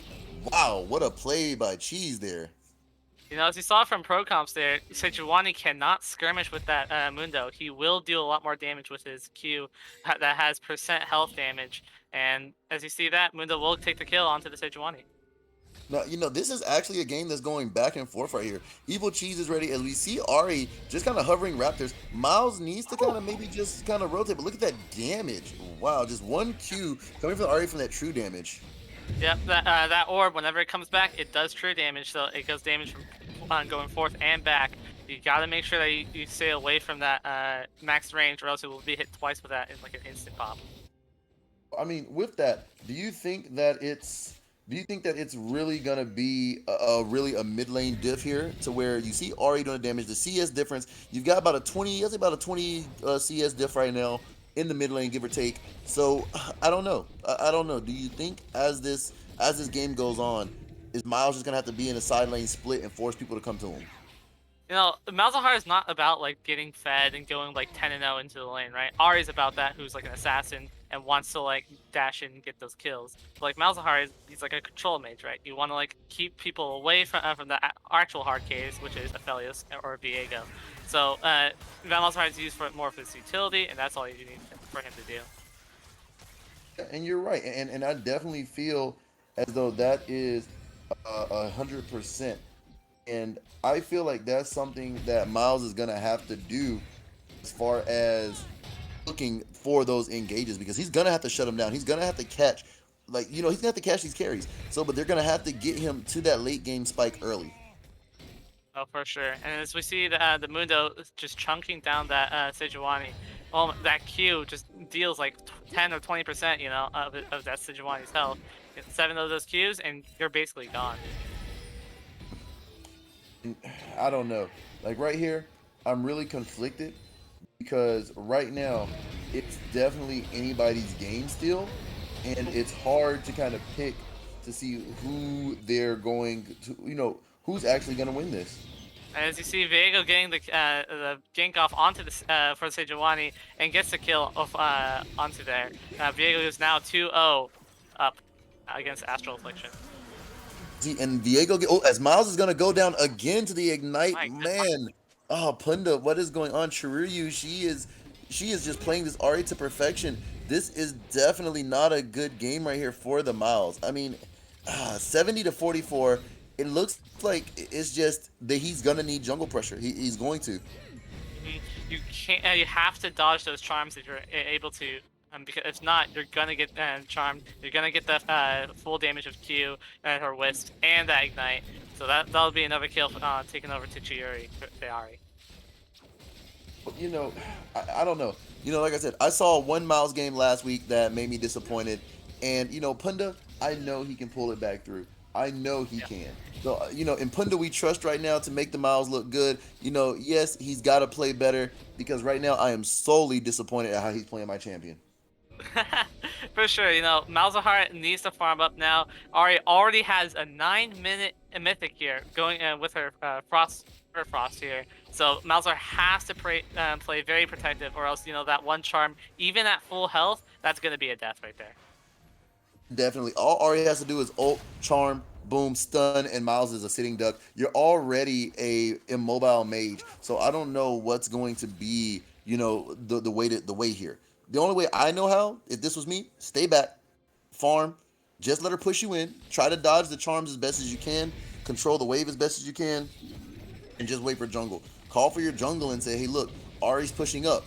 I have ultimate. I have flash. If I can flash or her, she's dead. Viego, come in, get the reset. So that's one of the main things is we see Sejuani trying to trade again with Mundo. Mundo is going in, but Sejuani's not doing too bad. She's got bombies, but Mundo's just going to heal up a little bit more of that damage. You know, and maybe I was a little wrong, you know. I think Sejuani can get those trades in. You just have to dodge those cleavers. There's Ari. Ari ulting in. There's the charm. She does hit the Q as she gets another kill as she ults back out. But wow, this Ari is roaming very well as Viego is on the bot side. Sejuani's trading with the Mundo. Here he goes. Mundo's ulted. Mundo's trying to go in. He's got the Q, but he's going to leave out. There's a 4-man setup on the bot side here. Looks like Rakan was forced to kind of run out. They're trying to dive it, but here comes Miles. Rakan gets the knock up on the Lulu. Viego gets it in. There's the Xin Zhao. He goes in as the Miles ult comes down, but Viego will fall. Man, this is just a hard setup right here. Wow. I think that Lulu was tanking that turret while Miles is ulting the Xin Zhao. So not a great play. I think you got to have the ult whoever was tanking the turret. But I guess that'll do it for Astral getting the kill onto the Viego for that turret dive. That was just a perfectly well executed 4-man dive. They had the wave stacked. They had everybody outside the turret waiting for the wave and just positioned around and say, you know what? If you want to come in, then boom, we're gonna take this. And Rakan had to leave Viego there by himself, but good job for them not pulling the trigger early. Oh, for sure. You need to make sure that your team is coordinated onto those turret dives so you know what's Viego's got the happening. chakrams. He's going in. There's the as the Jinx gets excited, and Rakan, oh man, the Lulu ult comes up as Viego goes in and just not enough damage. Like Jinx already has a pickaxe already up on this Aphelios. Not a good play to go in there. Oh, for sure. You know, Lulu ult so destructive against Rakan's engage, and that's why you can't just go in willy-nilly against that Jinx. You have to make sure that Lulu's for sure gone before you can go on to that Jinx. And once again, we see just a Jinx 2-0, Ari 3-0. We see the Jinx just starting to pop off. Do you start to ban Jinx? You're looking at it, she's strong right now. If you ban her, you might win. You know, I think you just gotta go for like some early game aggression champion, like Draven Leona. You know, you have to make sure that you shut down that Jinx before she can do anything, and not just trade up those like late game scalings. Because I think Jinx is better in those kinds of situations. And I definitely agree. As we see a 3-man gank coming in, and Ari will just kind of get out as usual. Ari just walks out. I mean, she's got dashes. It's kind of hard to put it. As we see 4 men, like, you know, we see all of BPG starting to kind of try to come up and get this Mundo Xin Zhao. Like 33 seconds to drag. You've got, you know, it looks like 12 minutes until Rift. So right now, everybody just needs to kind of sit back, farm, and go from there. Astral Affliction, they've got the aggression, they've got the lead, so they definitely need to kind of just hold their own. You know, BPG has to play around their win con, right? They have to pick out those kinds of things. If Ari's just about to get away, Malzahar has to go for the flash ult and then get the kill for his team. You know, And I don't know. They're gonna have to play to what this comp is. Look at to what they drafted. You got the Rakan with the knockup, the Sejuani with the ultimate, the Miles with the ult. You got a lot of lockdown CC here. They're gonna have to try to force team fights in order to make this comp work. As we see, the dragon is up. Looks like it is a hex tech. Looks like they're gonna have to give this one.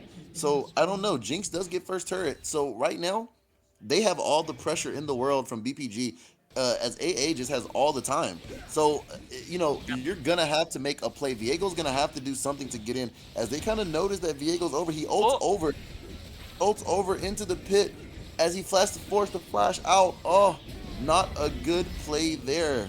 Man, it's so close.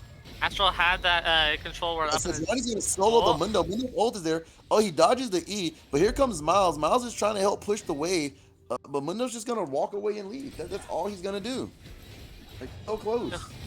On that dragon play, Astral had that control word. They couldn't get any vision onto this, so Viego had to just blind guess when the dragon was about to go down, and so that was forced flash for the Viego. And now you see like that Sejuani going onto that Mundo. Once his passive's down, you can just lock him down, and that's what they tried to do. But Mundo, fortunately, was able to flash out as well. 100%. And, honestly, good roam up there by the Miles. You lost lane. You're already behind. So you know what? Just go try to help other lanes. Your ult is scary. You still have flash. You still have, one of the scarier combos in the game. Flash open, you're good. Yep. As you can see, you just have to figure out how to just push out those lanes and just go roam. You need to help out your other teammates if you're just down. Play like a Janet Smite top, and just make sure, since it's gank meta, you have to help out your team as much as possible. Exactly. As we see them focusing around this Rift here, Rift is up. Jinx will start it. This is the team fight that they need. This is what they need. They need a Sejuani to kind of be here. She needs to TP in, because that's the ult that's going to change the fight. Sejuani ult. There's the Rakan ulting in, catches the Lulu, goes on the back end of the Ahri. Lulu will go down as Miles ults the Xin Zhao, but it's not going to be enough. Not a good ult there from the Miles, but Xin Zhao will fall as well, and this is the fight. Sejuani is here. Ahri's trying to get out. Ahri will get the shit done. Good job on the Viego. There goes the research. Mundo is there. Ahri will just hit the Viego, will get it. Oh my goodness, they're even kind of messing me up. As here comes the Miles, there goes the damage. Miles does triple one. There's the damage right there. Beautiful play from the Miles to flash over, get the E auto, and she will die.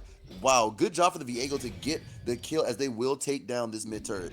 You were right when you said that Viego can do his resets, right? That he was going in with that Ahri and getting his kills, doing that damage. Malzahar was ulting the Xin Zhao, could not do any damage because of his Crescent Slash, and they will, I think, win that team fight 4-3. Honestly, it's not even about him doing damage. Honestly, that point you lock Zen. He can't get onto your Aphelios. He can't keep diving any of your backline. So you know what? Miles did his job correctly. You pressed R, you locked him down, and hey, you just got yourself back in this game. You got 4 assists, a kill, so you're back in this game, actually. At this point, that was very well worth. Well, for sure. Even with Malzahar's ultimate, it does have an AoE pool there that can damage the enemy team. So even just ulting out onto that Zen, I think that is a good play too. Honestly, with Zen trying to literally dive your backline, the only thing you can do is stop him. You cannot give him the free reign to get there. And good job for them to get to the Lulu, as he's caught out here on a ward. He's gonna have to dash out, and Xin Zhao goes in. Oh, good job for the Affiliates, but Xin Zhao's forced to ult. But here comes the Viego. Viego is here. The Lulu ults as Ahri's in the back. Here comes the Jinx ultimate. Wow, Viego goes back in, and the kill goes down to the Affiliates. Xin Zhao gets Viego gets the reset. Here comes the reset on the Ahri. There he goes again, as he's gonna jump to the Ahri right now, as that's a double kill for Affiliates. This is what they need. This is where this comp comes into play. Miles does not have flash, but he does have ult. They cannot step up as they're turning their sights to Rift. This is the comeback that Blue Phoenix Gaming needs. Viego's getting his resets. He's getting the damage in with his ultimate, and this is how they'll win the game. It's just picking off these teams with that Xin Zhao play. Very good for Blue Phoenix Gaming. See, honestly, this is why Viego is such a scary on this team comps. Think about it. You got a Fed champion. He gets those stats when he resets to them. So Ahri's strong, Jinx is strong, Xin Zhao is strong, and the Philios, he's already hit that Gale Force spike, so he's almost at his 2-power item spike. Once he gets that 2 items, that's gonna be it. Rakan, good job for baiting the Zen to take the W into the Fog of War, and you bait him yourself. Xin Zhao has nowhere to go. Even like you said, these Jinx fed and Ahri fed, that's actually perfect for Viego. You take those take their souls and you get their items and their damage. So very good. So it's a very good job that Viego is able to take those stats and win those fights for them. 100%. As Miles is here, he needs to be careful. Good job, as they will just use the Jinx Rocket to knock down his shield, but that shield will be back up in about 20 seconds. So, I mean, not a bad. As Sejuani's kind of called out here, she can't be slowed, but she does have her Q to get out. As she uses the E to kind of slow the window, she's here. She's trying to bait. Here comes Viego. Sejuani's going to turn it, and here comes Viego. There's the ultimate. As he catches the Xin Zhao out, Xin Zhao does ult, but it's not going to be enough. There's the Sejuani ult. She held it. She even baited me. As drag is up, it is Mountain Soul, which is going to be good on the side of BPG. Wow, very good play there and good bait on the side of Nick Tim Steve. You know, Sejuani, she's not much of a damage, but she can tank a lot. Trying to catch her out is kind of hard, as she does have her passive with her can't be slowed. So very good turnaround by Blue Phoenix Gaming, and as they get the dragon. And I like the way they're playing this comp. I love the way that this is why I feel like Punda is definitely a good mid laner here. You know, he gets behind, but it's not all about making the highlight plays. It's not all about making the major plays. What it's about, keeping your cool, chilling, and playing to what your comp is. You know you're a Malzahar. You know that your whole purpose is to lock a champion down. If they don't build QSS, that's it. You lock them down, you got free range on every single champ. So right now, he's doing it well. He lost lane, but he is winning. They are winning the game. They just turned this right back up, and he's starting to farm up and get right back in it. You know, that's the point of Malzahar, right? You pick him for his ultimate to lock down those enemy champions. You know, even if you get fed or you don't get fed, he's very useful in those kind of team comps. So, you know, looking at this here, looking at it, how he was losing in the early game to where how they've come back now. What are you thinking is going to be the big swing if AA has to kind of maybe stop this? You know, I think the Mundo just has to go in and trying to like disrupt this, the Blue Phoenix Gaming as much as possible. You know, I think they have to like focus onto that Viego, make sure that he doesn't get any resets whatsoever. And once they get that one kill, Jinx will pop off with her attack speed and movement speed. So hopefully they can focus on those kind of win cons, while Blue Phoenix Gaming will just continue around those protect pick comps. You know. Do you think at this point, you know, looking at it, the Leandries has been built. He looks like he may be going for Shadow Flame second. Honestly, if I was Miles, I don't know what he's probably building, but if I think I know Punda, this is probably going to be a Rylai's game. Look at all the movement speed. You got Ari, you got Xin Zhao, you got Jinx, Lulu. This is going to be a movement speed here to where you build Rylai's and you just kind of, you know, throw your E, throw your Q, catch them out, and just slow them all. Because your Q is a mass silence, so if you get at least 3 people, that's 3 abilities they can't use. Oh, for sure. You know, if you get that his E out and tries to slow down as much as possible, they can just continuously slow down those champions and make sure that they don't have them. There's the engaged by the Rakan. He goes in as Xin Zhao. There's the Miles ult again as they kill the Ari. Ari is down. The Viego gets the reset. Jin's on the backside, but there's another double kill for Viego. Viego gets the Lulu. He's here. He ults again. He polymorphs the Jinx. He is here. He's not done. He's got the stun flash. There it is. There's the Q, and there goes Miles getting the kill on the Jinx as the resets come through. Wow, this is how you play this comp perfectly. You protect the Malzahar. You get him on that point, and you just go in as they can actually 3-man Baron here with the Aphelios, as the Aphelios was not even touched that whole game. Yes, Rakan dies, but Sejuani's fighting Lindo the whole time. Beautiful play on the side of BPG to bring this game back. BPG just continuously gets that Viego his kills, and they can't. And Astral Affliction, they can't actually kill him somehow. You know, they can't just lock him down. So very good, 3 for 1 plus a Baron. Great job by Blue Phoenix Gaming. Let's be real. Look at the build on the side of Astral Affliction. Only 2 people have healing cut, which is the Mundo and the Lulu. Mundo wasn't in that fight at all. Xin Zhao doesn't have healing cut, so the only one you're relying on here is the Lulu to try to get the healing cut onto the Viego. So right now, if nobody else builds it, Viego heals up all that damage. He's got the new Death Stance, which is OP. Viego has built Executioner's Calling as well.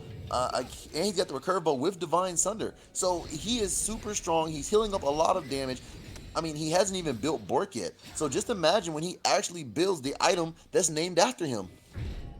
For sure, you know, the Lulu can't, with her Oblivion Orb, she can't really do that much damage, right, with her with her Q, right? You after you use that ability, you can't really do much healing reduction. So you need healing reduction on any other champion. To just get an Executioners, get another Oblivion Orb for Ari, something to shut down this Diego.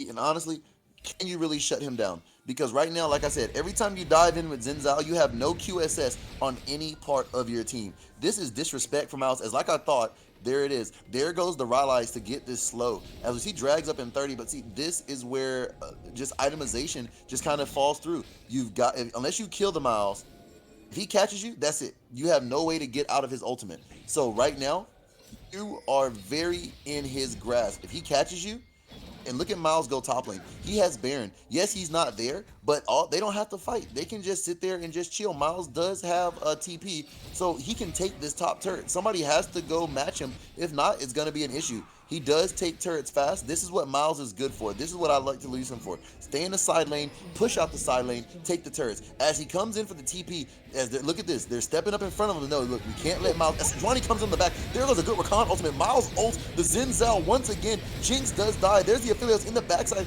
as the resets come out. There's the reset again from the Aphelios as he catches the Ahri. There's the charm and the reset goes down as Mundo is stunned up again and Miles is there throwing the E, getting the slow. Sejuani is chasing with Miles minions on the trail. There go the Voidlings. Sejuani is just here like, you know what, come here. And that will be the ace on the side of BPG. Wow.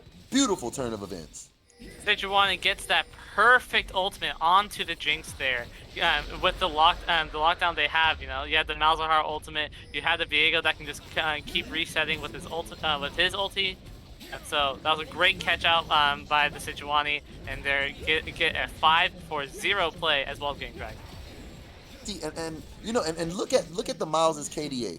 You're 2, 3, and 8 with 170 CS. You come back on the CS after being down almost 20 CS, and you come back as Ahri ults. Looks like they're trying to catch the Viego, but Miles is there. Miles does throw the E. He does get the slow on the Xin Zhao. As look at the damage comes through. Miles will get the solo kill on the Xin Zhao. Miles is trying to get through. Actually, as Jinx gets the Viego, and actually Aphelios is trying to 1v3. He almost gets it, but just not enough. Almost. Ahri, even she missed the charm onto the Viego, but Jinx was able to get her rocket to finish off that job. And then they just kept pushing out their lead and get the kill there. So they get like a 2-for-1. And I don't know if you noticed, but just a little thing about Miles. When you hit your Q on a target afflicted with E, it resets the E damage to full duration. So right there, he hits the E, he hits the Q, the Xin Zhao takes full damage from both again, and then Aphelios just comes, cleans up, and tries the 1v3 as Miles just walks out. So right now, beautiful play on the side of Punda as we see that looks like he's gonna go demonic. Demonic's gonna come out next. Wow, he is going for the double burn damage, which he might be. He might be saving Shadow Flame for for a fourth item. Getting that Demonic's Embrace, it'll definitely chunk down that Mundo, and even the Xin Zhao there, who builds off tank with his lifesteal items. So very good choice, itemization choice by the Malzahar, as he'll just CC their entire team and burn them down. Exactly. But honestly, the itemization is really good. I really enjoy this. This is how you play this comp. You let the Sejuani tank, and you just let your damage dealers do damage. This is a just straight front to back comp, and it's beautiful. I love the way they're playing this. Oh, for sure. You just gotta get that catch, and then just lock down those carry champions. Lock down the Ahri who can just dash in, dash out, and locking down that Jinx who can just auto attack for days. Very good job by Blue Phoenix Gaming. Honestly, can you really say, because right now they're just stepping up. Miles is poking with Q, which that burn damage is going to be there. So honestly, they could pull the trigger anytime that they want to, as Viego's kind of staying in the back end here, just kind of get that flank. But right now, Viego's going to go push top lane, get that top wave to crash. So Baron's up in 38 seconds. You got Drag up in 2 minutes. So right now, AA is in the driver's seat. There's only one thing standing between them and the win, and it's literally the mid lane turret. So as there they go, they pull the trigger. Rakan goes a knockup. There's a Sejuani ult. As Miles gets another ult, as they will get the Viego resets. As Miles ults again, actually there he goes right there. They lock down the Mundo and gets the kill. Wow, way to hold it until the Mundo's passive goes down, and there's nothing they can do. As Avery gets the kill on the affiliates go down with Rakan. Jinx is getting excited. They're gonna have to run here. As Zen does get a little bit of knockup, and Ari is back up. But wow, they do take the inhib, as they will get out alive, as Viego will hold on to that shutdown gold that he has. You know, that was a very great engage by Blue Phoenix Gaming there, just taking down locking down the enemy team there and just bursting them down. However, they overstayed way too long, letting Jinx get excited and just getting those kills onto the Aphelios and Rakan. However, they did get the inhib, so now all 3 inhibs are down. It's going to be very hard for Astral to push out, and I think Blue Phoenix Gaming will just basically have a free Baron here almost, unless that Xin Zhao can get a steal. And see, honestly, right now, you know, a lot of ults are down, but those ults are on short cooldowns. Sejuani ult, back up. Viego ult, back up. Malzahar, back ult. Rakan ult, almost back up. So these ults are all synergized at around the 20 to 30 second mark. So, I mean, they're all right there. As Rakan does hit the speed up, as we see Sejuani already trying to tank up the Baron just to start it. They don't know that they're there. They have to defend the base. If they get Baron, this is it. They're just going to walk it in there, and all you have to do is fight. You pull the ult, you pull the trigger, you catch somebody out, and you fight. But you have to watch for Jinx. Jinx getting excited is not a good thing here, as Baron will go down. So we may be seeing the last and final team fight here in this game. You know, that's the point of getting those triple inhibs down, right? Astral just cannot push out these waves so fast enough to respond to the Baron call. So now they'll just go ahead, push it down, see if they can get their last team fight and just win the game. And one of the things here, 100%, is definitely just kind of sitting here and just saying, you know what? You know, this is how you play from behind. This is the perfect instance of playing from behind. You lost lane in one of your major lanes, but he stayed calm, he came back, he poked it up. This is how you play the calm. As Xin Zhao goes in, now also Zen will go down. As Nick Team Steve goes in with the Rakan, as there goes the ultimate, as the Ari goes golden, as she will fall. As look at the Rakan in the background. Miles is just popping off damage, as Viego will fall as well, but it's not going to be enough. Miles has a little bit of health left, as so does Rakan. Actually, Miles is almost mid, but here we go. All they need to do is one more. Miles just get out. Oh, and Miles will fall, but Jinx is just excited. There's the Aphelios. Oh, if Miles throws the E there. Oh, so close. Yet so far as the heals come through on the Lulu. Like I said, you know, you get that one kill for Jinx, she's gonna start auto-attacking so fast that your entire team will just go down, and that's what happened, right? Even though they locked down the Xin, they got down the Ari, but then the Jinx was just able to get that first kill onto the Rakan, and boom, your entire team was just dead. So you just gotta make sure that you, after you get those bursts down, you have to like walk away, reset, and then go back in. And see, and the issue here is, and here's the issue for me. You know, you walking down the base, you almost got the the game in your hands, but you ult the Xin Zhao. I would say honestly, Miles needs to hold his ult for either the Jinx or the Ari at this point. Honestly, I would say just the Jinx. She is their 100% carry. You lock the Jinx. She's not respecting the Miles ultimate, thinking her front line is going to protect her. She has no QSS. That should be your target 100%. Oh, for sure, you know. I don't think Xin Zhao is going to be doing that much damage with only just a Gore Drinker and Death's Dance versus the enemy team who already, Blue Phoenix, who already has like 3 to 4 items here. And looks like a pause will be happening here. See, looks like we have a pause. Looks like maybe a little bit of comm issues, maybe. I don't know. You know, maybe they just want to like get like a little mental check down for both teams here. You know, after you get that little kill and like come back for the Astral Affliction, maybe you just want to reset yourself and get ready. As well as for Blue Phoenix Gaming, right? You had like the game-winning lead, and then you just like almost had to blow it. As Jinx will be disconnecting, so it looks like a technical difficulties on Jinx's side. So okay, yeah. You know, and that's the thing right there. Honestly, you know, I don't know. That's the main thing is, this is going to be a hard one because when they come back, I don't know what it's going to look like. For sure, you know, as you can see, Baron's not up for 4 minutes, Dragon's not up for 4.5 minutes. There's just going to be almost like nothing going on for like the next 4 to 5 minutes. It's going to be kind of hard for Astral to push out with that mid inhibitor down, while Blue Team, Blue Phoenix, they can already have the map control, right? You see like the wards that they have put down on the red side's red, as well as like controlling the entire map with their spread. You know, Sejuani's top. You have Malzahar in the mid. Fellas is about to get his red buff to push out for bot wave.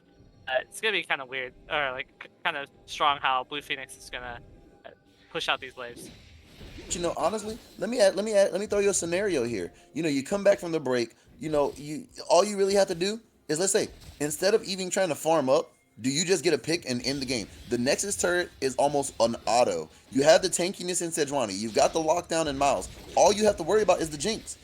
I mean, honestly, do you not just try to force a fight here and say, you know what? Screw it. We've got two inhibs down. All we have to do is knock down the Nexus turret, and we're good. Right, you just gotta make sure though that you protect that Aphelios though. I think he's the main source of damage as well as the Viego.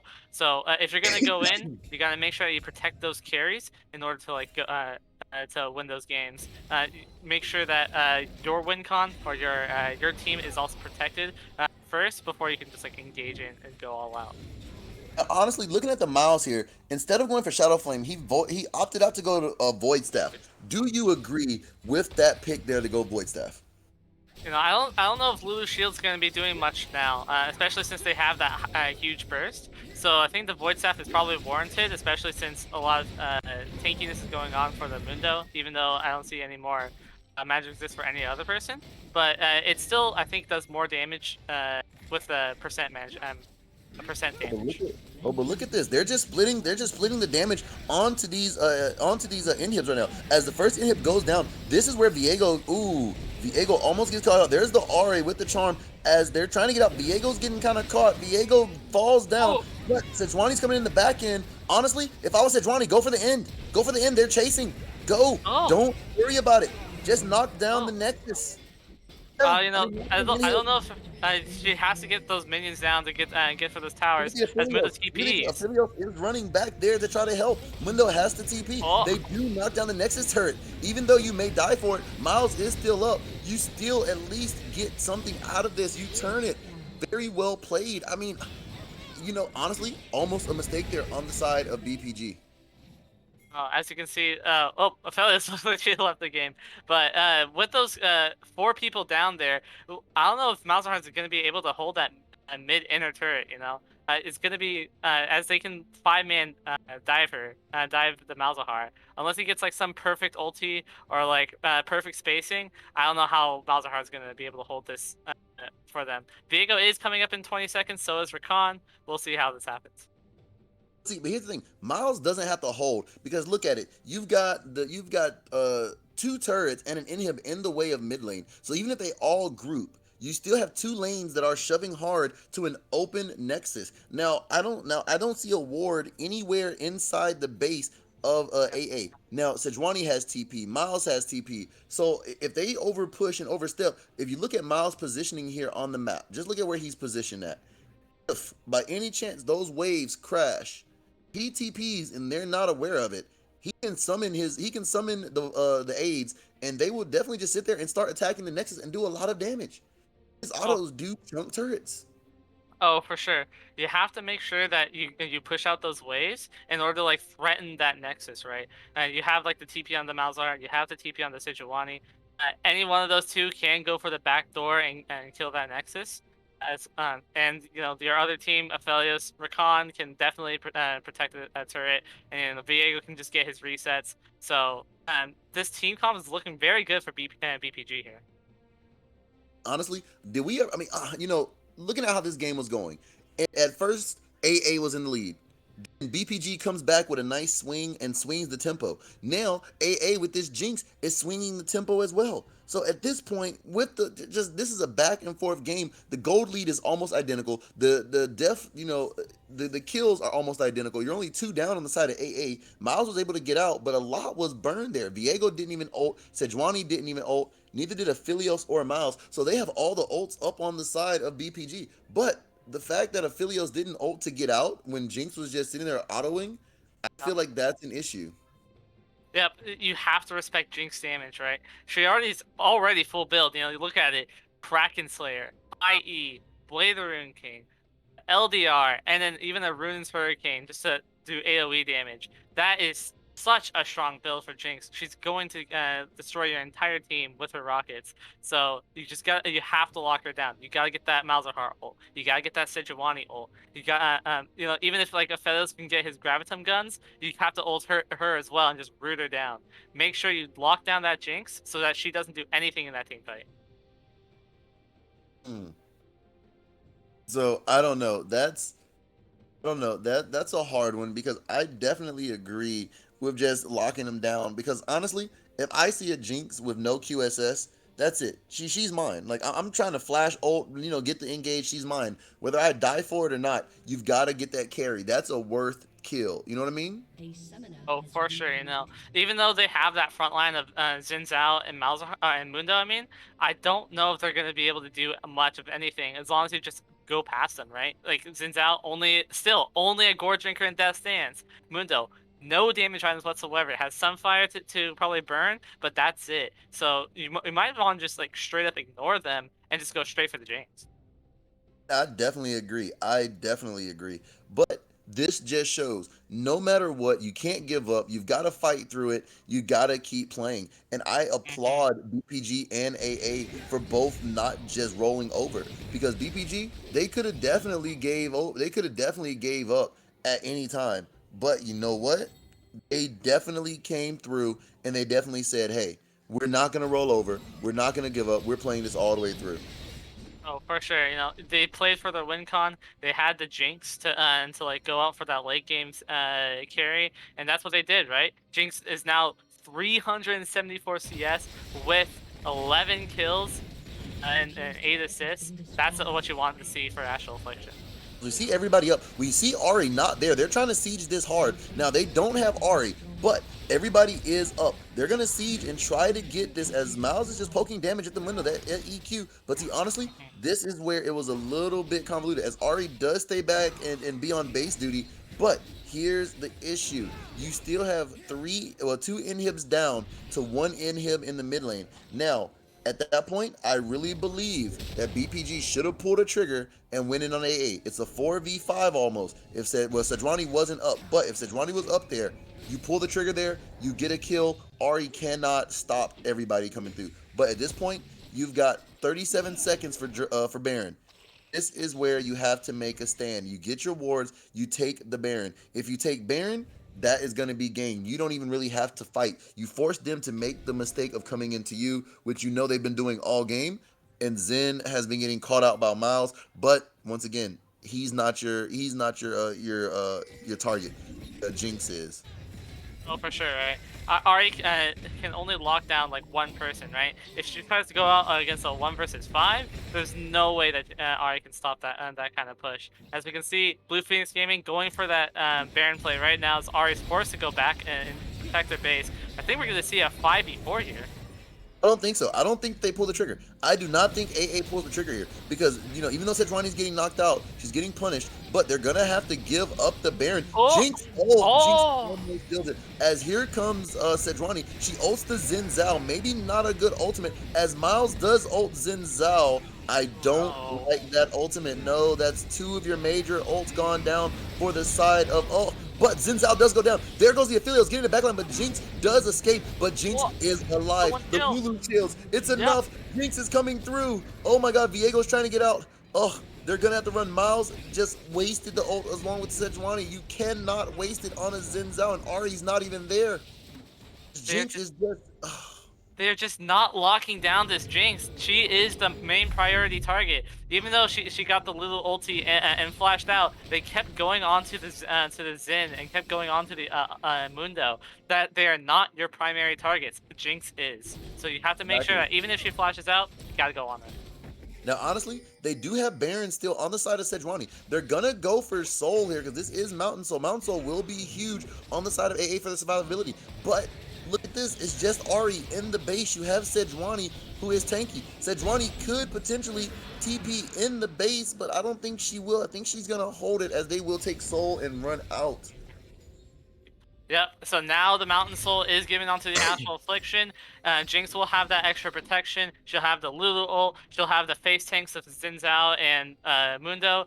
Now it's going to be so hard to kill this Jinx that it's almost going to be impossible unless they can just miraculously pick her out first before the entire team.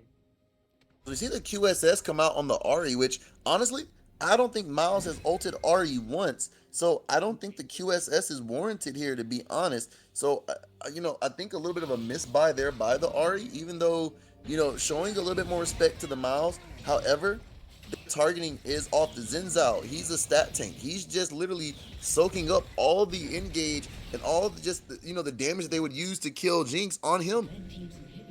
For sure. I think the Ari's just a little scared that Malzahar will start changing his targets. Even though he'll take out the Jinx, maybe he'll also take out the Ari, because she also does get to one-shot one person.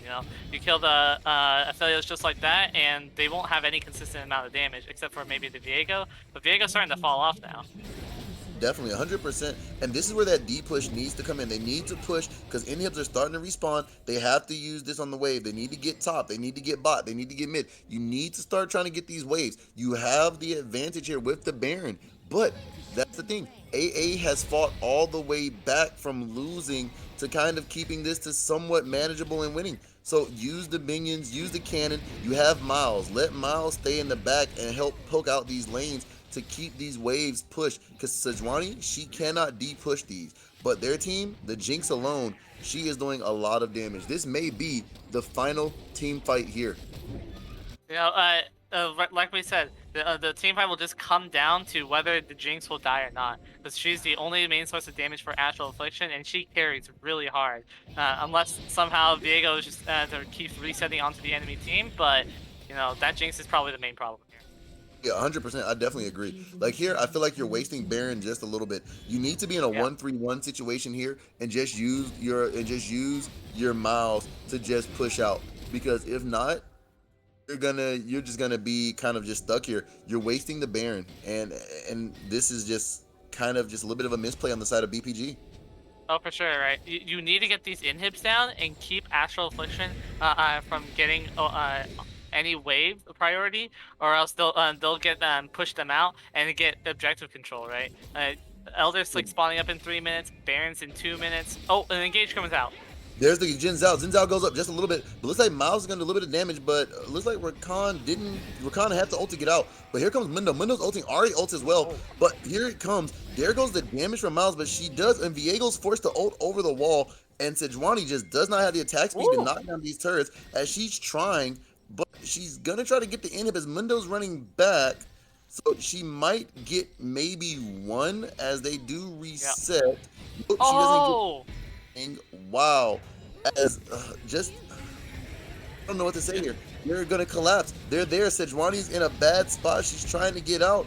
As there goes the Bork. It goes. There's the polymorph, and Sejuani will go down. Wow, that's a major turn here. She's down for looks like almost a minute, which is 60 seconds. So, just not a good job sending Sejuani to split there.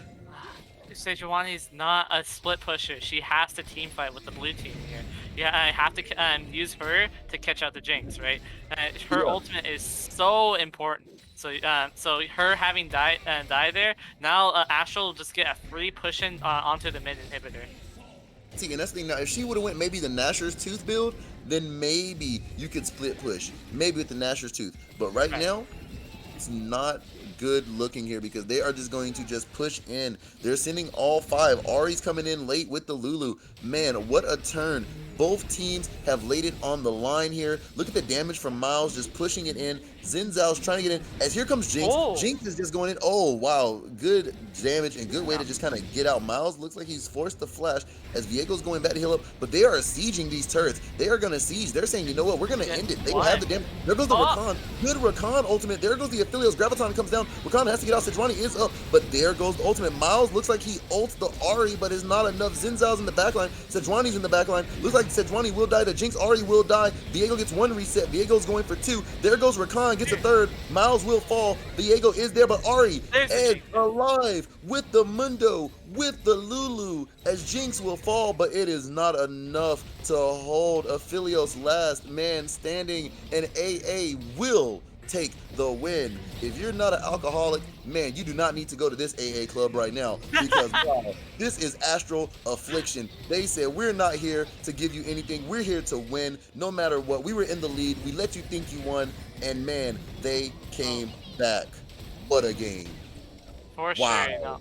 sure, that last team fight, Jinx just did not die fast enough. She was able to get that consistent DPS before going down, and that will be the game. Astral Affliction will take the game against Blue Phoenix Gaming. Oh man, what a game. Like just what a game. That was just a very good turn of event, and I am sorry to see them go. Wow. I know. It was such a great lead by Blue Phoenix Gaming.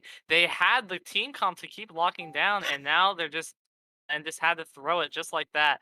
So great job by Astral Affliction. Looks like we've got Avery here. How are you doing, Avery?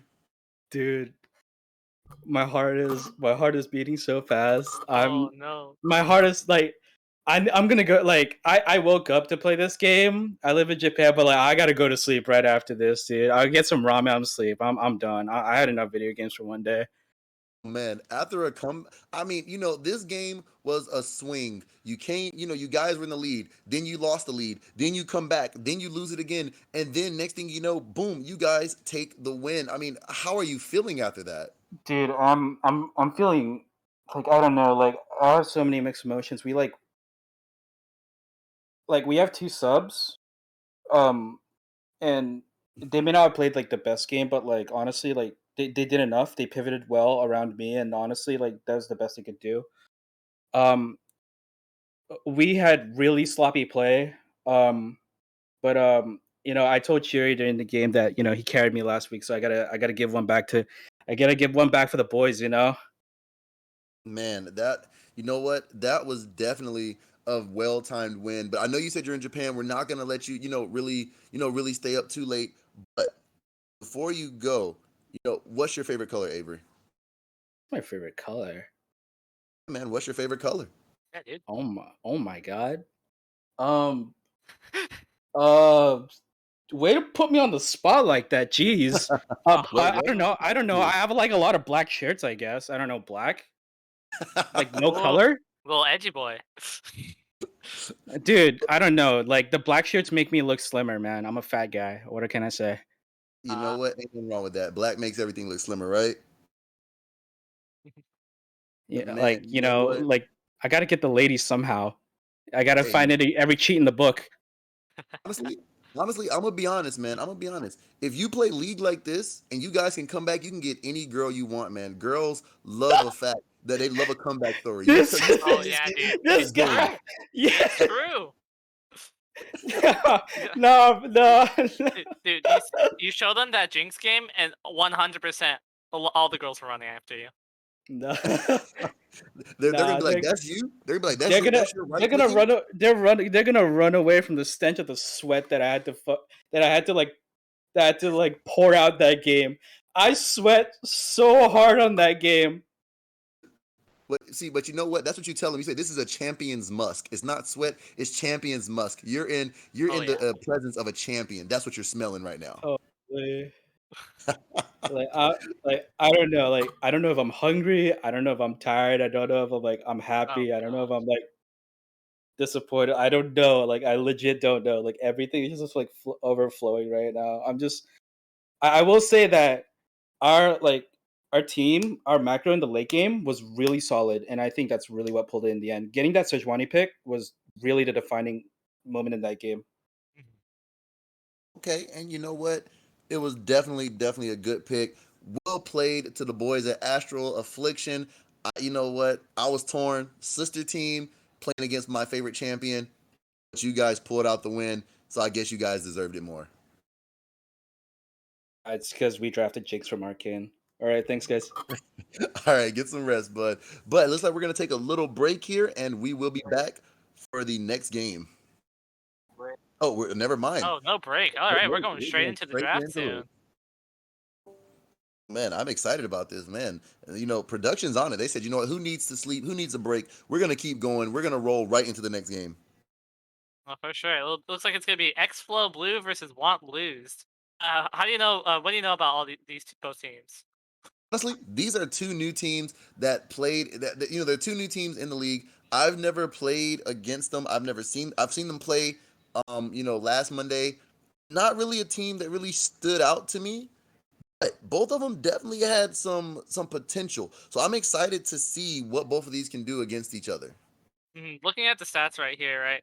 I think Want Lose was the one that lost to Astral Affliction last game, and then it looks like X-Flow was the one that lost to Insomnia Gaming. But X-Flow, it was such a close game against them, so it looks like we'll see how the teams play out. But I think X-Flow might have the better shot here, just based on stats alone. Okay, and you know what? Looking at both these teams, just looking at the stats in league, I mean, both of these teams are 0-1. Both of them lost in their first week. This is week 2. How do you think you go change and come back? I think you just have to have like that mental reset, right? You just know that okay, even though we lost that first game, it's another game. It's a new game. It's a new team, new comp. Let's go. Okay, so do you think so what you're basically saying, I guess, is you just kind of, zone out of last week, focus on this week and go from there? For sure, you need to make sure like even though you just learn from the mistakes, you know what happened, and you just move on to the next. Okay, and you know what? And I'm definitely liking that mentality, and I hope both of these teams definitely thought like that because you can't dwell on the past. But we're gonna jump straight into draft, so let's see what both these teams got. Hopefully, we don't see another Jinx because so far Jinx is 2-0 right now for tonight. Oh my goodness, Jinx is such a strong champion, and oh, there you go, the Malzahar There's the ban. Miles man. You're Ah, you're gonna be a little upset about that, huh? I don't even know. Honestly, I don't even know if their mid laner plays Miles. I don't know why they would ban Miles. I don't know. Miles is always in a good spot, but right now he's not in a great spot. But That's in true. the right comp, he can be. So I don't know. I think Malzahar is such a safe pick. Even though you'll be like 10-0, or you'll be like 0-10, he's like the most useful champion in any team fight whatsoever. Exactly.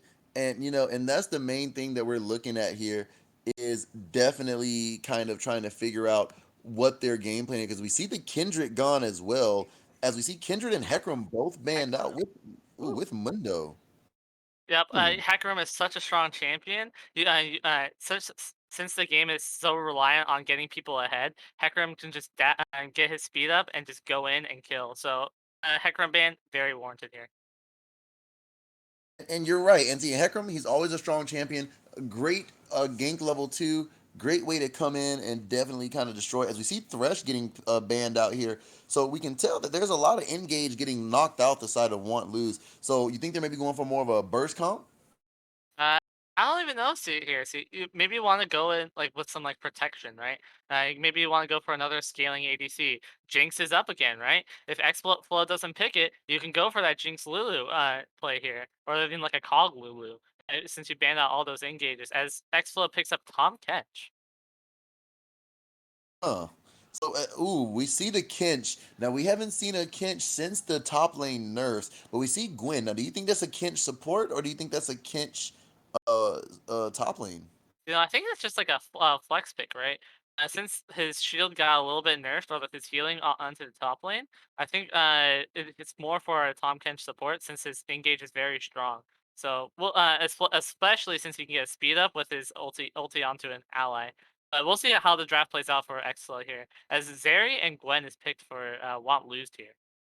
So looking like I just got confirmation. Uh, So will lose a fifth ban because they have a sub and they didn't let the other team know in time. So they will be losing a fifth ban. So do you think that's going to play into the strategy here on the side of Xflow, knowing the fact that you have at least one more of your main picks that can be up into a comp? I think for sure, right? You want to make sure that you ban out like those like heavy engagers for the Zeri and Gwen, but like losing that ban, maybe they'll be able to get that extra engage the champion, and they'll just let Jinx just do the damage and just scale in. Okay, as we see Rek'Sai. Ooh, we haven't seen pretty girl Rek'Sai come into the Rift in a minute. So I'm happy to see the Rek'Sai come in. I know it looks like that's the engaged champ, right? You get the whatchamacallit,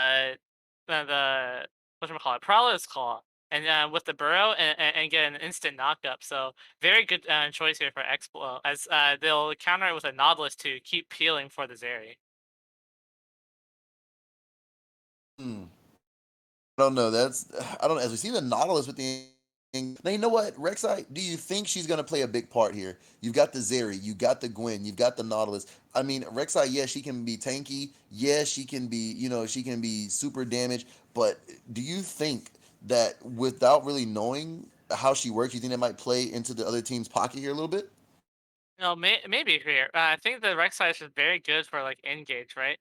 So, oh, I thought Want Lose was the one that lost the ban here, wasn't it? Or no, it was Hmm. Xflow. I think it was, if I'm not mistaken. Okay, it was X. Okay. Okay.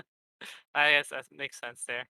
They Um. banned Garen, but they do lose it. So Garen is still up. So just like I Okay, said, matter of fact, they don't get that ban. So I don't think anybody on X Blue, X Flow, were gonna pick Garen. I'm not sure, but that we makes know sense. that it is not banned.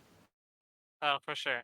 So, looks like they'll ban a Warwick and a Vel'Koz. Maybe that's probably a jungle ban and a mid ban. Probably good picks here since Warwick can also lock down and Vel'Koz has that artillery. So I think those are good bans. If Want Lose were the ones that were maining those champs.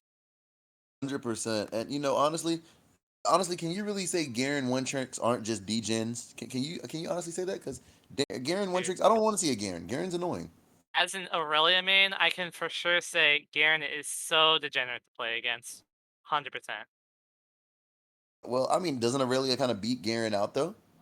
Uh, she can beat him out early, pre six, but once he gets that six, ignite ulti just does half your health. It's really hard to fight against him, but and especially into the late game where he'll just have all his tank items. Garen's just a strong solo queue champion, and it looks like Diana we picked here for Want Lose for their engage or for their jungle, and Fiora to try and counter, I guess. And honestly, I like the Fiora pick here. So we know that it's Tom Kench support. We see the Fiora. That's gonna be Diana. Maybe I'm thinking maybe Diana jungle. I haven't really seen her mid lane much, but we see the Vagar pick coming out.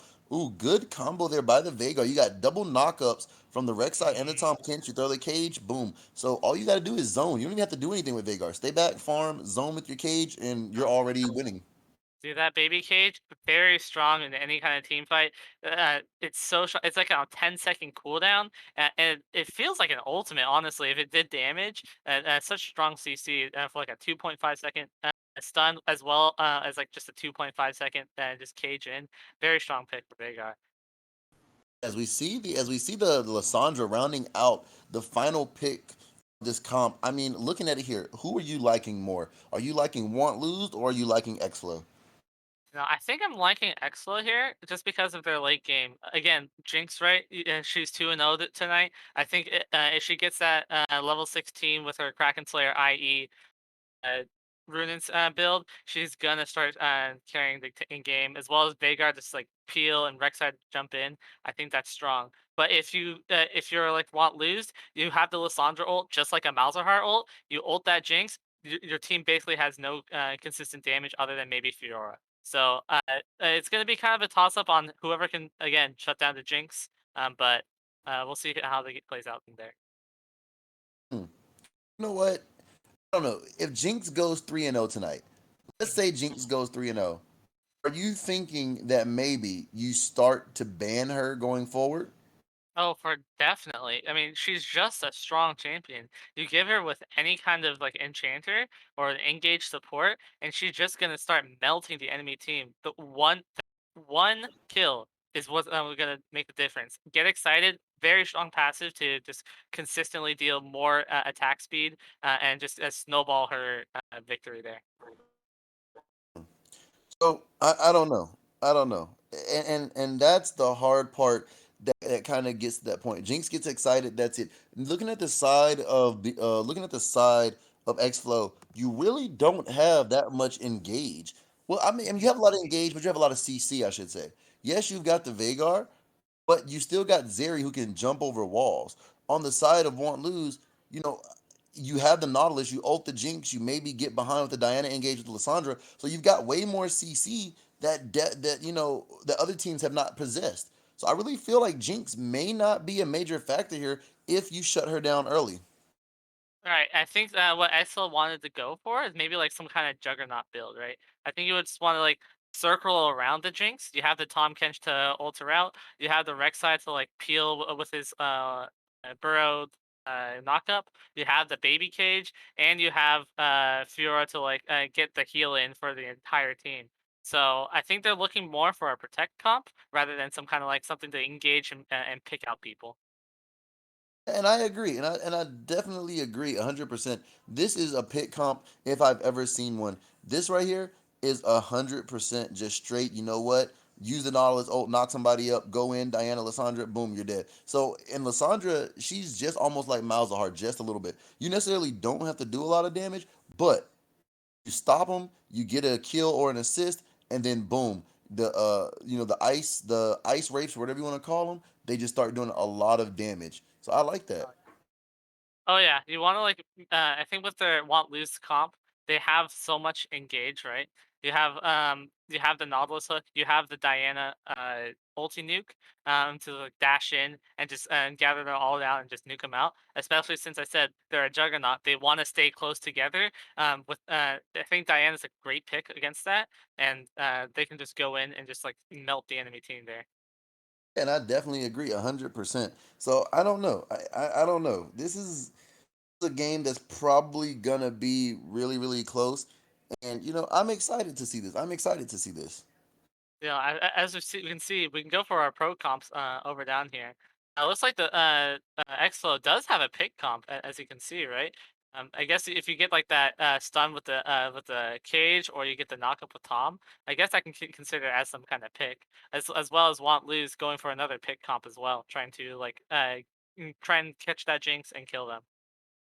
See, both teams necessarily. Honestly, I can't even say X-Flow has more of a pit comp. Want lose is 100% of a pit comp here. Because I mean, Hmm. just look at every single CC that you have on the side of want lose. You've got just a single target CC versus only really ones you have. You have the Rek'Sai knockup, you have the Tom Kench knockup, you have the Vagar cage, but that's about it. Yeah, you have the Jinx chompers, but I mean that's not necessarily anything that you have to macro that. You know what I mean?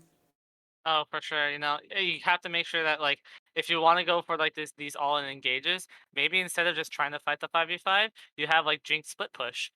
She has a consistent damage to like get those towers, or like Fiora, she her Q is able to damage those towers. Going for like a split push kind of thing, like a 1-3-1, I think that could be very strong for Exfil here. Exactly. And, we're gonna divert a little bit from the comps here because just to ask you a question, are you reading Twitch chat right now? And I for sure am. They really want that pub subs match here, but unfortunately we have to go with what the schedule here is. Exfil versus Want Lose. That's what we have here. So sorry Twitch chat, but uh unfortunately we can't do that. And it is sad that that pub subs is not being streamed. But you know what's gonna be bad? It's gonna be bad that when we do stream pub subs on Thursday, and if they lose bad, do you think chat is gonna let them relive it, or do you think chat is gonna say it was fake? Seeing the chat there, they really think that the entire thing is fake. Seeing how they're spamming these kinds of messages here, but it's kind of funny seeing how this is happening. But uh, And this is they don't care. This is they don't care if they lose. It's just honestly, I don't know. I mean, we're just gonna, like I said, we've already talked about the comp here. We see what we're gonna go up against. I just want to see. They want to see pub subs lose. Oh, they're the underdogs. Okay, because I was gonna ask, what is the, what I oh, mean, they getting want to see a. the. Oh yeah, go ahead. That's up to you, production. Honestly, that's up to you because honestly, I could care either way. Because honestly, I like pub Oh, subs. Oh, oh. oh, All right, looks like we got the draft here for Insomnia versus Pub Subs. We're only able to show the draft here. Looks like Pub Subs will go for a Vayne Rakan, Nunu Pantheon Mundo versus a Jinx, Alistar, Zinzao, Veigar set. What do you think about this? Honestly, you know what? I'm gonna be honest. You've got Trev on Veigar. You've got modded on Rakan. I don't know if they switched up their top laner or jungle. Their mid laner is actually pretty cracked on Pantheon. Not gonna lie, their mid laner he actually surprised me on Pantheon. But Hmm. however, once again, we see that the Jinx is picked, and if you look at the comp on the side of X Infinity, I think that's what they're called, if I'm not mistaken. Insomnia Gaming. Insomnia. Okay, Insomnia. If you see that, you got the Alistar, Zinzao, Set, Veigar, and Jinx. I mean, that front line alone, the Alistar with the Zinzao and Set. Come on now, let's be honest. You got a Mundo with a Set. All Set has to do is John Cena Mundo in the back line, and boom, they're dead. I think also with a Pantheon pick, we saw that last game on what was it, Thursday, I believe. The Pantheon was able to snowball against the mid laner, but he was not able to carry his lead. So hopefully he can make sure that he carries his lead onto the other teams and get Vayne fed, because she needs to scale harder than Jinx, or else Jinx is just gonna rocket down that enemy team. Okay, so looking at chat here. Now, here's the thing. I don't know if Pub Subs did a whole overhaul on the team. I don't know. So I don't know Mhm. if they added players, switched out subs. I'm not sure what's going on because they're saying Wizard on Rakan. So I don't know. I don't know. Did they swap their whole roster? Because right now, I'm kind of confused. I don't even know either. I think the only thing I remember from the pub subs was the Pantheon, who was like able to get that fed, but he wasn't able to like snowball that lane. So if they were able to like swap up the comp and then get those other carries fed, those new people, maybe they're able to do something. But it So looks like we'll just get into the game of Exfil versus Want Lose. Sorry, chat, not for the pub subs game, but So it looks like they said they yeah. swapped support and jungle.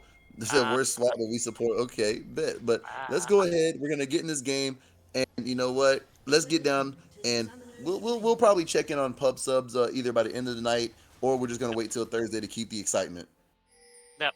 As you can see, I think the jungler for Xflow was the one, or no, actually, I'm sorry. Want Lose was the one that was doing the wrong swap there. So looks like everyone has the Xflow names, except for the jungler. Oh, gotcha. Oh, gotcha. Okay, so you know what? I like that. You know what? Honestly, just to make it all, kind of match. Hey, we all have Expo to support the team. Done. Yep, for sure. As we can see into this first minute here, nothing really going on here. Just everyone's going for a standard 5 point. Tom Kench was actually backed first, but looks like he just wanted to get his red trinket out. So getting a little early board into the bot lane. Do you think any early game shenanigans? Because I mean, looking at it right here, it looks like it's just gonna be a standard 5 point, just kind of chill. And I mean, hey, Zeri, we saw Zeri lose earlier. So do you think that they're, chat was saying that Runins nerfed, Runins got nerfed on Zeri. So do you think she might go the Runins, or you think she might go something different? I don't even know for sure. Like, I don't necessarily play Zeri or know her builds. All I know is about her like Triforce build rather than the crit build. So maybe she wants to go for another like 80 bruiser kind of thing with like Titanic, or maybe she can go some other kind of crit build, right? You have like the shield bow, you have like IE and like LDR. Those kinds of things can do really well. Okay, you know what? Like I said, I don't play a lot of ADC. I don't play a lot of Zeri, so I'm kind of excited to see how they're gonna play her because we got Tom Kench. Now I don't know how well Tom Kench is gonna go into Zeri or into this Nautilus. So all we know, you benched the Kench, and tonight he wasn't benched, especially paired with the Jinx, which means for this comp here, if they try to go in on Jinx, ooh, Zeri gets caught out. There goes the tongue lash as Oh, Zeri will get stunned up, and wow, first and blood goes over to the damn. Jinx, and wow, what a quick trade. My goodness, if you just catch out even just one little stun, Zeri doesn't have much mobility other than her E, right? But she can only hop over the walls with her dash. So getting a little catch like that, that's perfect for the side of X-Flow and getting a first blood for the Jinx. Now, now, honestly, I couldn't even see there. Did Jinx throw down Chompers, or was that just all Tom Kench? Because he looks like he got a 2-stack, then a Q, and boom, that was it. As Fiora parries Gwen's Q, here comes the duelist, but look at Rek'Sai. Rek'Sai's hovering over the wall, trying to maybe get there, but These are two dueling champions that want to fight. They want to go in. They want to keep up the pressure. But I feel like Gwen's Q is just on a lower cooldown. Yeah, for sure. You want to make sure that you're getting those like little trades, and you want to don't want to proc Fiora's vitals because that's how Fiora will win the trades. But if you can just keep autoing, you can just get those extra Q stacks and get those true damage in. So great plays, great trades by Gwen. And definitely, but that's the thing. You can't let Gwen get ahead because Fiora. Let's face it, she gets behind. That's it. She's gonna be useless. So I really want to see how Fiora is gonna go into this Gwen. I think that if Fiora can just keep proccing vitals, that's what will give her the win. But if she can't, Gwen will just keep consistently DPSing and with her extra magic damage. And so we'll see how this happens, how this plays out, because that vital was looking very juicy for Fiora. She really wanted to go in there. As we know, Zeri does not have flash nor heal on the side of want lose. So she has no sum, so she can't afford to overstand because if Tom Kench lands another good knockup, it's gonna be another good kill for this Jinx. And we all know what happens when Jinx get fed. So this is where they're gonna have to be careful. Oh, for sure. Jinx, very strong picks for the past 2 games here. And as she's getting her kill, she's going to start scaling up very early. So hopefully they can shut her down before that can happen. But, Tom Kench ult can just give her basically a free Zonias. It's going to be hard for them to just lock down that Jinx As we see, indefinitely. we see Rek'Sai hovering, and I don't think oh, there's the Tom Kench. They might catch the Nautilus out. Nautilus does have flash, yep, and Nautilus does flash. So good job. Now no sums bot at all. So very good play. Oh, for sure. I think this Rek'Sai, he can just consistently just spam gank this bot lane now, right? They don't have much escapes here other than maybe a Nautilus hook, but with no flash on Zeri, and she can just be very immobile without a wall, it's going to be hard for Wat Lose to keep the Zeri alive. You know, and see, and this is the issue right here with these. Looking at just how these both teams are playing, do you think as the Zeri and the Nautilus, now that you have no sums, would you repeat gank? If you're the jungler, would you go for repeat gank here? Maybe try to get out, but then like just kind of hover around bot lane? I think for sure, right? You want to make sure that this Zeri is like shut down completely, because if she gets her ulti and just keeps shooting out her bolts, that can just be like a 5-man pierce onto the enemy team. So just keep spam repeat ganking and then getting Jinx fed as well. I think that's the play for right side here. Just playing bot side only. Gotcha. So I mean, do you think a little bit of a mess up there by the jungle? I'm sorry, I'm over here tripling my words just a little bit. Yeah, I know. It's very hard to like go straight from like game to game without a break, but yeah, I can definitely feel that. Look at that Jinx damage coming in. I mean, honestly, you have the Veigar. Veigar could roam here and potentially get a cage locked in. Is Veigar level 6? Yes, he is. So just imagine, you're poking him out, you got him under. If Veigar were able to get a good roam here, you could actually roam, lock down the Nautilus, just press R and he dies. So I really feel as though this would be a perfect time for Veigar to maybe try to leave lane. As we see, looks like Diana coming in. They're overextended a little bit. Nautilus lands the hook on the Jinx. Diana goes in, and Jinx will fall. As here we go, Diana resets come in. Diana's trying. Nautilus doesn't have hook, but Tom Kench will walk out with the gray health. Yep. If you just get that extra kill, like I said, we just have to play for bot side, right? Getting those kills onto Jinx, very good. Get Zeri fed up, and so she can start 1v5ing with her piercing bolts. So good job play by Sly Cooper, the Diana, and we'll see how this goes out for going out. And see, you're right, because I mean, if she gets those piercing bolts, if either one of these high scaling ADCs definitely get ahead, it's gonna be over. But here we come for the first draw, the first team fight. Ooh, good. Well, I don't. Veigar messes up the flash, doesn't get anything, and kind of a bad flash there on the side of Veigar. That was, you tried to get the cage, but you're nowhere in sight. So I don't know how I feel about that. I think the Veigar just wanted to try and like zone off with his cage, but like the flash was really unnecessary there. I think she just. I think you thought about getting caught out by the Diana Q&E, but I don't know if that was like the right play there. Exactly. I mean, hold flash because now you have no way to get away from Lissandra. If Lissandra wants to go in on you, she still has E and she still has flash as well. So if her jungle's anywhere in the vicinity, or if anybody for that matter is anywhere, all she really has to do is just E, ult, and boom, you're dead. So I mean, she can chain CC herself, which is definitely one of the perks about being Lissandra. Oh, for sure. You know, I think she's one of the safest mid laners in the game, my personal opinion. You can just blind pick her first pick. You can just go. You can go in for even for like a last pick if you just want to like make sure that you don't lose land, just neutralize it. So and plus, she's just like again like a Malzahar, right? You get the ult and hold down, lock down someone, or just save yourself. Great pick.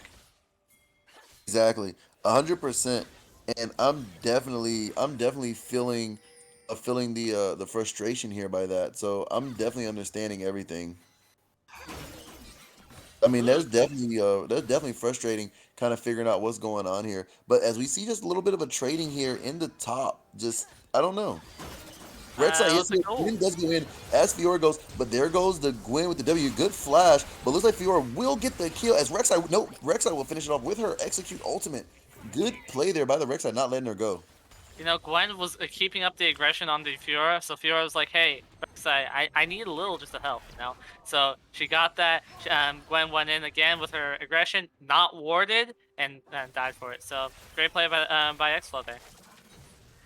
That exactly, and that's the hard part about being aggressive. There is if you're aggressive, I don't know what to tell you. As the Fiora does parry, but Diana ults. Fiora's trying to get out. Fiora nope flashes, but oh Diana, good flash behind, had everything up the double dash, and she just catches the Fiora. Fiora should have just back there, did not have enough. You know, just underestimating that Diana damage. She has the blasting wand that can consistently deal out her burst damage, and she can just like dash, dash, flash, right? So great play by the Diana there. Oh yeah. And honestly, that's the best way to use a flash. You got the dashes, you hold it, you don't burn it yet. You just sit there and you just say, you know what? Boom, I'm gonna use both my dashes. If you flash, I'm gonna flash right behind you, and I still have a Q left to kill you. Oh, for sure. She has like so much mobility and engage that Diana can just do anything to gank and just even just 1v1 straight up. So great plays by Diana to know how her champion works and just abuse it by just getting those extra kills in. Oh yeah. And honestly, which team has the more burst potential here? Because yeah, you have Diana and you have Zeri, two burst heavy champions. As we see Rek'Sai just kind of on the back end here. Once again, they gotta go for this drag. It's 10 minutes. Drag has not been taken. You have Prio here. I really feel as though you go for drag, even though Rek'Sai can tunnel over. Zeri does not see this coming. Cool. The Kinch is here. It looks like they're gonna wait for it. Kinch goes in. Kinch gets the knockup. Rek'Sai doesn't tunnel. Nope. It doesn't, so she doesn't show. But Fiora is back fighting the Gwen. As Gwen does, Gwen W's. Maybe a mistake there because Fiora can come in, and she can Uh, commit to that. you know, whenever you put up that Gwen miss, she does get a little bit of extra armor. So she probably wanted to use it just for like that extra trading. But you know, Fiora does have true damage. It probably just negates it straight up. So it's not like a great ability to use against Fiora. Exactly. As you see Zeri taking kind of a bad angle there, as Tom Kinch is just gonna Q and just still do damage. I mean, overall, Tom Kinch still does have a lot of damage in his base stats. So right now, it's very working out in their this poke comp between X-Flow. They are definitely playing very well. But here comes Fiora. Fiora's trying to get those as she does pop the W. Fiora's there. Gwen does ult prematurely. Fiora does parry, but it's not gonna be enough as Fiora holds ultimate, looks like. She maybe looks like there it goes. There's the ultimate one more, and there goes the solo kill from the Fiora. Wow, as a 4-man gank, looks like it might be coming down. You see the Veigar here with the Rek'Sai. You know, you saw that solo kill there in the top lane. Gwen just not respecting Fiora's healing with her vitals and extra damage. So she did have to pay There the goes the price. ultimate from Lissandra. Lissandra chain CCs. There goes the E, but Diana misses. Wow, just a misplay there by the Lissandra. Maybe if she W's first and then she goes in for the ult, or she just doesn't wait for the Diana to get there. I think she misplayed it by doubling really early, right? She got the ulti down, but then she didn't let the ulti just CC duration go off. And because of that, Diana was not able to get into the Veigar in time, and so they just missed that kill onto the Veigar. Oh, definitely. And that was almost a good kill. I feel like maybe if she just mistimed it just a little bit sooner, if she just maybe holds it just a bit, it'll be all good. Even just half a second, right? And every second matters in this game, and if you just hold it like that, that would have been the kill. I definitely agree. Like honestly, this is definitely a game right here where they're both just going in, and I'm excited to see 100% about what they're gonna do here because Rek'Sai, she's not playing very very bad. Like you don't see this champion a lot, so the fact that you're kind of seeing this as far as a Rek'Sai, I don't know what impact she's gonna have on the map right now because she's not a burst champion. She does fall off a little bit. So with that being said, Diana does get a little bit more she does get a little bit more. So SVR goes back in onto this Gwen, but she does not see Diana. Diana's there. She does parry, but she holds the ultimate. Fiora has to try to get out, but I don't know if it's gonna be. She does use Gore Drinker. Fiora will make it with dash.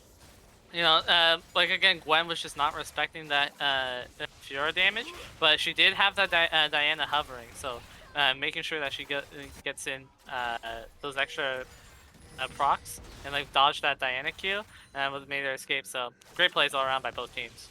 I think the Jinx was aiming for the Diana at the back because that rocket completely split the Zeri and the Nautilus, and it didn't hit Diana. So I think she was just trying to aim back there. But that Tom Kinch damage, he's going in for the solo kill. Ooh, close. Tom Kinch is low. All they have to do is literally push the wave in zone. Nautilus has to back out. He has to run. This could be a good dive here on the side of X-Flow. They're just going to keep just autoing this turret. This turret will fall to the side of X-Flow. Jinx was just 40 CS up ahead. She has her mythic item plus a Berserker Greaves.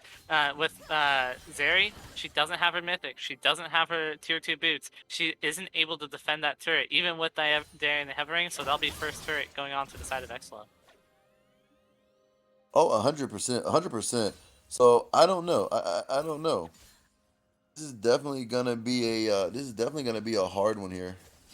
Oh yeah, I think if Jinx is gonna be scaling like this, as well as Veigar with 156 CS with his Q, I mean, he'll and be able to start stacking up that AP and start one-shotting. So as you can see, he has 150 gold bounty, but he doesn't even have any kills or assists. It's crazy. And see, but that's Veigar. Veigar is really not doing anything but just sitting there stacking up, and I guess is going off of his passive at this point. Oh, for sure. If you get that neutral lane for Veigar, he wins because he gets the extra AP as well as Lissandra, who doesn't really who can only lock down people. So she's not really skilled. And look at the setup here. You got the Veigar hovering. They don't know Veigar is in the brush here. So you've got him kind of, huddle around drag. You've got, look at the Jinx. Jinx is going on Zeri. Zeri's going to try to just maybe get out, but Veigar should have held cage because the way they were grouped up, you get a nice cage there and you're good. So I don't know why, they were trying to go all in for the Zeri there. It's kind of a little bit more of a, I don't know. That's a hard one for me. Well, for sure, right? Yeah, if you even get that cage down, you're gonna burn that. All he has to do is flash. All Veigar has to do is R and Zeri's dead. Flash QR and she dies. But he doesn't have flash, but he doesn't R. Oh, Juke is excited. She's forced to flash. Oh, she misses the ultimate. Misses it. Damn. You give Drake. If that Veigar had that ultimate or had the flash, she could have just flashed ulti that because she's still in execute range right here. Especially with Everfrost, you can just even if you miss the ulti, you just get that Everfrost proc and then the Q and she just dies. So hopefully that Veigar, if that Zeri still staying, she might die to that Veigar. Veigar flash is coming up. Okay, so question: do you agree with giving the drag for the mid lane turret? I mean, yes, it's just the ocean. Yes, it's nothing to majorly go on. But at the same time, you could have been one step closer to Soul Point versus now you're giving the drag. I would see Fiora going in on the Gwen, but it's a 2v1. Diana is there. Fiora's trying to 2v1. Diana does. Oh, Fiora is there. She does get a parry. Oh, but she does not survive. Oh, good try from Fiora. She tries to trade the turret for her death there, but I don't know if that's necessarily worth it now because Gwen will start just shoving out these waves, get that extra gold. So good play by Want Lose here to scale back up. That was just a little bit of a misplay. Honestly, Fiora just has to sit there and kind of chill. Like she doesn't need to keep trying to 2v1. She doesn't need to keep trying to fight her lead. She just needs to sit back and chill. Oh, for sure, right? You have the Veigar that's scaling up, a 200 gold bounty without anything, as well as Jinx, who's Jinx, as we've seen in the previous games. So hopefully that Jinx will be able to, Fiora will be able to just sit back, relax, let her team carry her, because that's what is going to happen here with those late game champs. Oh, I don't know, man. This right here is definitely one of the issues here with this team comp. Veigar does not see this kind of coming over here with the Lissandra. Oh, there's Lissandra. Look, she E'd over. She still has flash, but good cage on the side of Veigar. Diana keeps chasing. Now, once again, Fiora's just going to 1v1 this Gwen. She's going to chase her down. Gwen doesn't have ultimate, doesn't have flash. Fiora can just stay on top of her. She does ult. She is going to parry. Looks like she's going to get the proc one more. Oh, but it goes down in time. She hides against the wall to negate. That was a good engage by the Fiora, right? She did see Lissandra and Diana going down the bot lane. Does not see this. Go again. Here comes the Diana. The Veigar does not see this. Look, he will just disengage with Cage. Maybe she might be in the hot seat. There goes the ignite, the knockup. Veigar Cage. Tom Kinch eats her. He brings her back. So you know what? You're not gonna get out of here. Come here, and Veigar will just take the Q kill. Oh, for sure, right? Like I was saying, Fiora wanted to get that engage onto the Gwen, and just because the red side was just knocking around onto the Veigar, and blue team recognized that, so they wanted to catch out that Diana, keep going in and out of the brush, and they get the kill. Very good play, because we see it looks like Baron's spawning right now in 5 seconds. They do have Rift on the side of X-Flow, unless they used it already. I don't think that they've used it. Doesn't look like it. Doesn't like they use Rift, so no. Now they pop it mid lane. There we go. Okay. Now they pop it. Okay, I was gonna say it doesn't like they used it, so they do pop it. Yep. So it looks like it's gonna be a mid lane turret, second tier going down. As we see, looks like this Jinx damage is poking hard as crap. Nautilus, he ults up the Rek'Sai. Why would he ult the Rek'Sai? He lands on the Kench. Here comes Zeri trying to get in. I don't. I think the Nautilus tried to ult the Jinx there, but was just not in range. So she tried to just get at least even just one pick, even onto the. Here comes the Veigar, gets the cage. There goes the Zeri with the press R, and looks like Nautilus will fall next. Lissandra does barely get out with her E, as they're just gonna kind of walk it down. I mean, Diana's right there. They're trying to get in. Looks like Fiora Q's over trying to get this turret damage. Tom Kinch is just going to soak it up. And Veigar does do a lot of damage to turrets. They're just going to take this inhib and walk in. They could actually potentially take the inhib and go straight for Baron. No, Want Lose, they wanted that pick. Even just one little pick, that can get them back into the game. But they couldn't find it with that Rek'Sai or get an ult onto the Jinx. And the team, maybe like some miscommunication was happening since Nautilus flashed and wanted to keep going in. But X-Flow saw that what was happening and wanted to turn it back and collapse on him and got a double kill. So great play by X-Flow there. Yeah, 100%. I mean, honestly, just a little bit aggressive on the side of Want Lose. I mean, drag is up. You wasted a lot. Veigar ult is back up. So, I mean, it's coming up. Actually, no, it is up. So, you're wasting a lot there to try to ult with the Nautilus to try to catch the Jinx. As Nautilus gets the hook in on the Rek'Sai, here comes the Zeri, but it's not going to be enough as Diana's going to maybe try to go for this Drake. This is a perfect setup for Veigar. If he gets in there, they could definitely cage and definitely get a kill. Veigar's doing a lot of damage. They need to get in. There's the cage. They get the Gwen. They need to... Oh, Diana does secure the Drake as Rek'Sai is in there. Lissandra goes in the back end. Good ult on the Lissandra. Good pull by the Diana. Tom Kinch will go down as looks like Jinx is caught out. Fiora will die as well. Good turn on the side of Want Lose. Very, very good fight as they should turn their sights onto Baron here as Fiora is just going to kind of split push. I think that was a premature cage by the Veigar there. They were only able to catch the Gwen, even though all 5 of Want Lose was grouped up. So, because of that, Want Lose saw that opportunity to go in, and that's what they did. They killed the Jinx and get that kill so that X-Flow didn't have any consistent damage. Great play by Want Lose to get a double kill and a dragon. No, and I think it's definitely. I don't know. Honestly, I'm not gonna say it was a bad play. Ooh, I'm not gonna say it was a bad play, but I can't. Ooh, wow, wow. Diana! Wow, good double kill on the side of Veigar. As Rexar is still there, but there goes the lockdown from the Lissandra. Lissandra actually takes her E back in. Wow, I don't I don't know if that was a misclick or what, but man, Veigar just got 2 easy kills. He's 4-0-2. He's got a needlessly large rod. So right, oh, he's just finished decap. Wow. So man, I think that Lissandra just lost vision onto the Veigar, thinking that he was keeping going back to his base, but instead Veigar went downwards and juked her out. So Lissandra just didn't know what to do and got killed for it. And it was also just a great catch out by Veigar onto the Diana and Nautilus. So great like triple kill for him in that fight. 100%. And that was, I mean, actually, no, it was a double kill because it looks like, I think, if I'm not mistaken, Tom Kinch picked up the kill on Lissandra. If I'm not mistaken, Veigar got the double. I gotcha. I can see what I think it was like 2-1, 2-0-1. So 4-0-2. That makes sense now. And see, and you know, and the main thing is, looking at it, that was a very good play. Because I mean, even though that's still 5, well, that's 10 stacks he picked up on, Yeah. you know, just for that double kill. So that's actually very much worth it. It looks like they started up the Baron, but they're gonna run back. But it looks like there goes Fiora, just gonna kind of poke him out. Like honestly, they have the driver's seat. They're sitting here in the lead. They can definitely fight anything that comes in just with Veigar alone. Do you start the Baron here or no? I think you want to probably bait the Baron, right? You want to say like, oh, look at us, you can try Well, and come there's in. the ultimate. Veigar hits the stun on the Lissandra. She gets caught, and she will get W'd and go down. Veigar is still there. Goes the Zeri ultimate. Zeri's got the bolts. Veigar throws another good cage on the back end. There's another Wow. good W as wow. Zeri is down by the Rek'Sai, and Veigar still has ultimate. There goes the ult on the Nautilus as they will ace on the side of Want Lose. That's the kind of cages that you want to see from the Veigar. She catches out the like 2 people, Zeri and Nautilus at the same time. Her W and Q did 80% of her damage, and then Rek'Sai was able to just clean up from there, and Jinx was, or I mean, Rek'Sai and Fiora were able to clean up from that, and it looks like they're trying to end.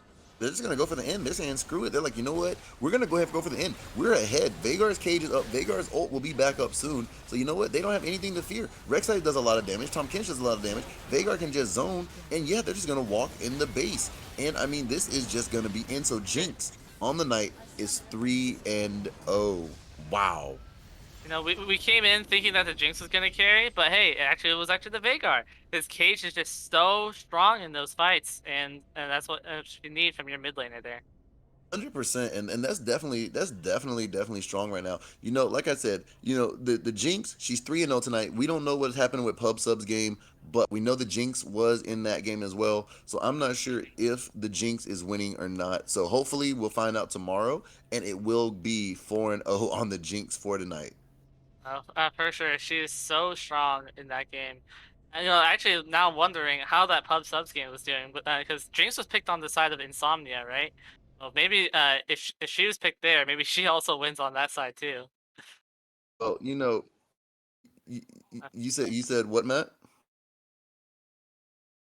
Saw her production say something, but looking you look like we got Young here for the interview. How are you doing, Young? Oh, I'm great. How are you? Doing good, man. Doing good. Good game. Good game. Which lane did you play, buddy? I'm the 80K. The 80K. Nice. So, how does it feel being on a champion that went 3-0 tonight with the Jinx? Feels pretty good playing a champ that is meant to do damage, but not being forced to do damage because my Veigar is just piss smurfing the whole game. Oh, for sure, dude. So, was that the game plan to let the Veigar carry, or? Yeah, I think our game plan going in was to kind of let mid do its thing because mid lane should be a just scaling matchup, with Lissandra being forced to do more in the early game, and then Jinx feels really, really comfortable versus Zeri Nautilus. So you put me a little bit ahead, and I should run over the game. But as far as I know, I didn't play the game, so. Oh, so you didn't play. You just stayed back and just right clicked and hoped to God that you hit something. Yeah, you know, these dumbass top laners doing random 15,000 damage when none of us else get to play, but I was just kind of watching my solo laners play, and you know, it feels good to have 2 supports on the team. yeah,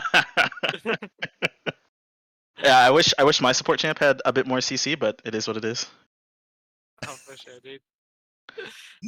But I mean, you guys still won. So I mean, after losing last week, what was the game plan coming in this week? We were really just focused on playing a cleaner game. We felt like last week our draft wasn't as in order as it could have been, and our first 15 wasn't as clean as we would have liked. So that really harmed us going into the mid game with that draft. So well, we were just focused on playing cleaner, and I feel like we did a good job of that in this game. Okay, okay. You know what? I like that. I like that. You got any questions for him, Chalfis? I think with the mid laner, you got had like a Veigar, right? Was that your Yes. plan to like just stay back and scale up, or and just like have the Veigar just uh, get his stacks in? Um, yeah, a little bit. We felt really comfortable with our Veigar just scaling into this game. If any of their champions pretty much run into a Veigar cage and he's scaled up, he just presses R and they die. So they didn't have much counterplay for the pick, so it really gave Boost an opportunity to be in a comfortable position in the game. For sure. You know what? I like that. I like that. And and I definitely feel like it's 100% a good strategy that you guys picked up because the Vagar, it definitely made a lot of sense there. You had the cage, you could zone. So I really feel, even though you did play Jinx and you felt like you didn't do a lot that game, you really, just for the fact of you being Jinx, she's strong right now, and you definitely played super, super good. So I mean, Yeah. don't think you did bad. Yeah, I don't think I did either. It was, I think any competitive player would say that they would prefer a kind of game like this. I think our opponents played pretty well, but we were able to play a pretty clean game that I think we can be happy with afterwards. Um, so yeah, I think I would rather a game like this from my end than a 45-minute scrap where I'm sweating the entire time and maybe I do the most damage. But games like this feel good as a team where you really feel like everybody was in a good spot throughout the whole game. Hmm. Okay, you know what? I like that. You know what? I got two questions, and then I'm gonna let you go for the night because I know production's getting tired, and so us here at the caster booth. So, first question: out of your teammates, is there anybody you would like to flame for any mistakes that they did tonight? Yeah, it's funny that you say that. We were just flaming our jungler for flashing at a dragon that was already gone. Um, so Gib, you're a bit of a griefer, bro. But Oh you know, dear. Oh my goodness. Oh man! And question number two: as has been customary here since Iron Mike started it, what is your favorite color? uh, my favorite color is probably I would say red. Um, Oh, mostly because as a person, have you guys watched the documentary The Last Dance? I I have can't say that not. I have. It's a Michael Jordan documentary. Excellent. Highly recommend. But a couple weeks ago, a good friend of You talking mine. about the one where they're about his journey to the Bulls, right? Yes, yes, yes, yes. Okay, yeah, I have seen it. Yes. Okay, then yes. Excellent. Okay, so in the last game, or in the during the preseason interviews, my top laner Reed was doing his interview. He did a fantastic job of making it entertaining, and if I remember correctly, the top laner for pub subs was talking a lot of trash, and all I saw was a ton of red, and I took that personally. So pub subs, pray that you don't have to play against us because Ooh, Crohn's Oh got some dear. words that he needs to back up. So okay, bet. So basically, Dang. right now you're gunning. So right now you're gunning for pub subs. That's what you're doing. well, we're gunning for first place. Pub subs Oh. is just a stepping stone in the way. Ooh, I Ooh. love This. it. I love it. Ooh. Oh man, you know what? You know what? Honestly, I'm actually ready to see that game because I think you guys play them in maybe I think it's week 4 if I'm not mistaken. Is it week 3 or week 4? For their sake, I hope not. Oh jeez. You know what? I'm excited to see what we're gonna have here. But you go and finish enjoying the win with your team, and hey, hopefully we'll be looking for that game for pub subs, man. Appreciate it, guys. Thank you. All right. Take care, Good man. night. All right, everybody. Chalfis, how did you enjoy tonight, man? Oh, I loved it today. I wish we saw a little bit more diversity in the ADC role, but as we saw there, at least we got another carry that wasn't just Jinx. So really great games here today. But you know what? And you know what? Honestly, pub subs. So with all of the pub subs in chat, with all of the pub subs and one of the sub, looks like the sub once again was overcooked and didn't live up to all the hype. Oh man, that's that. I don't know. I feel kind of bad, man. You know, we had that chat just rooting there for the pub sub team, and unfortunately, they couldn't sub it out. So looks like they lost to the Insomnia Games. You know what? I mean, I'm not even gonna lie. How many sub puns could we probably come up with in the next 3 minutes? That's a question. Even I don't know how we do that. According to production, we shouldn't. But one thing I can say, there is a little bit of a read on the stats here. That should be um uh actually no wait no it is right. I'm sorry, it is right 100%. X Blue did win. Right. I'm sorry, production is never wrong. That was my bad. I'm sorry. I'm seeing double here. But honestly, we're gonna go ahead and get ready to end it here. Anything you want to say before we leave, Chalfus? I just enjoyed being here tonight with you. So great job, guys. All right, man. I'm looking for your game. Coming up this Friday. Oh, thank you. Yeah, it'll be. I forget which time it'll be, but yeah, looking forward to it on Friday. Alrighty. Well, boys, from everybody here at Astral eSports, make sure you guys tune in Thursday at our normal time, which is 8 o'clock. We will be actually, I'm sorry, normal time, 7 o'clock. Sorry, had a little bit of brain fart there. 7 o'clock for Group A coming back in for the start of week 3. And then we will be coming back in Friday for the start of week 2 for our Paladins division. So we will have our boy Chalfus here in the top lane as that Aurelia one trick. If you don't ban it, he will smurf on you. That's what he's saying right there. 100%. But for everybody here at Astral eSports, thank you for coming out. Thanks for watching, and thanks for some hot league action. And we will see you Thursday.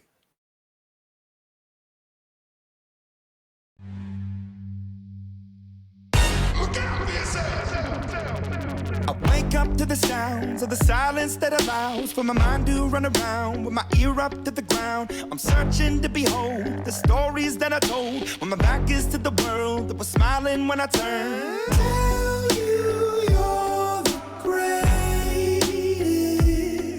but once you turn, they hate us. Oh, the misery. Everybody wants to be my enemy. Spare the sympathy. Everybody wants to be my enemy. Look out for yourself. My enemy. Look out for yourself. But I'm ready. Your words up on the wall as you're praying for my phone, and the laughter in the holes and the names that I've been called. I stack it in my mind and I'm waiting for the time when I show you what it's like to be worse fit in the mind. Tell you you're the greatest, but once you turn, they hate us. Oh, the misery. Everybody wants to be my enemy. Spare the sympathy. Everybody wants to be my enemy. Look out for yourself. My enemy. Look out for yourself. Look, okay, I'm hoping that somebody pray for me. I'm praying that somebody hope for me. I'm staying where nobody supposed to be. Posted, being a wreck of emotions. Ready to go whenever you let me know. The road is long, so put the pedal into the flow. The energy on my trail, my energy unavailable. I'ma tell him I still away go. Day when I'm fly on my drive to the top, I've been out of shape, thinking out of the box. I'm an astronaut. I blasted off the planet, rock that caused catastrophe, and it matters more because I had it. Now I had I thought about wreaking havoc on an opposition, kinda shocking. They want a static with precision. I'm automatic, quarterback. I ain't talking second pack it up on panic, batter up. Who the baddest? It don't matter, cause we is your Everybody wants to be my enemy.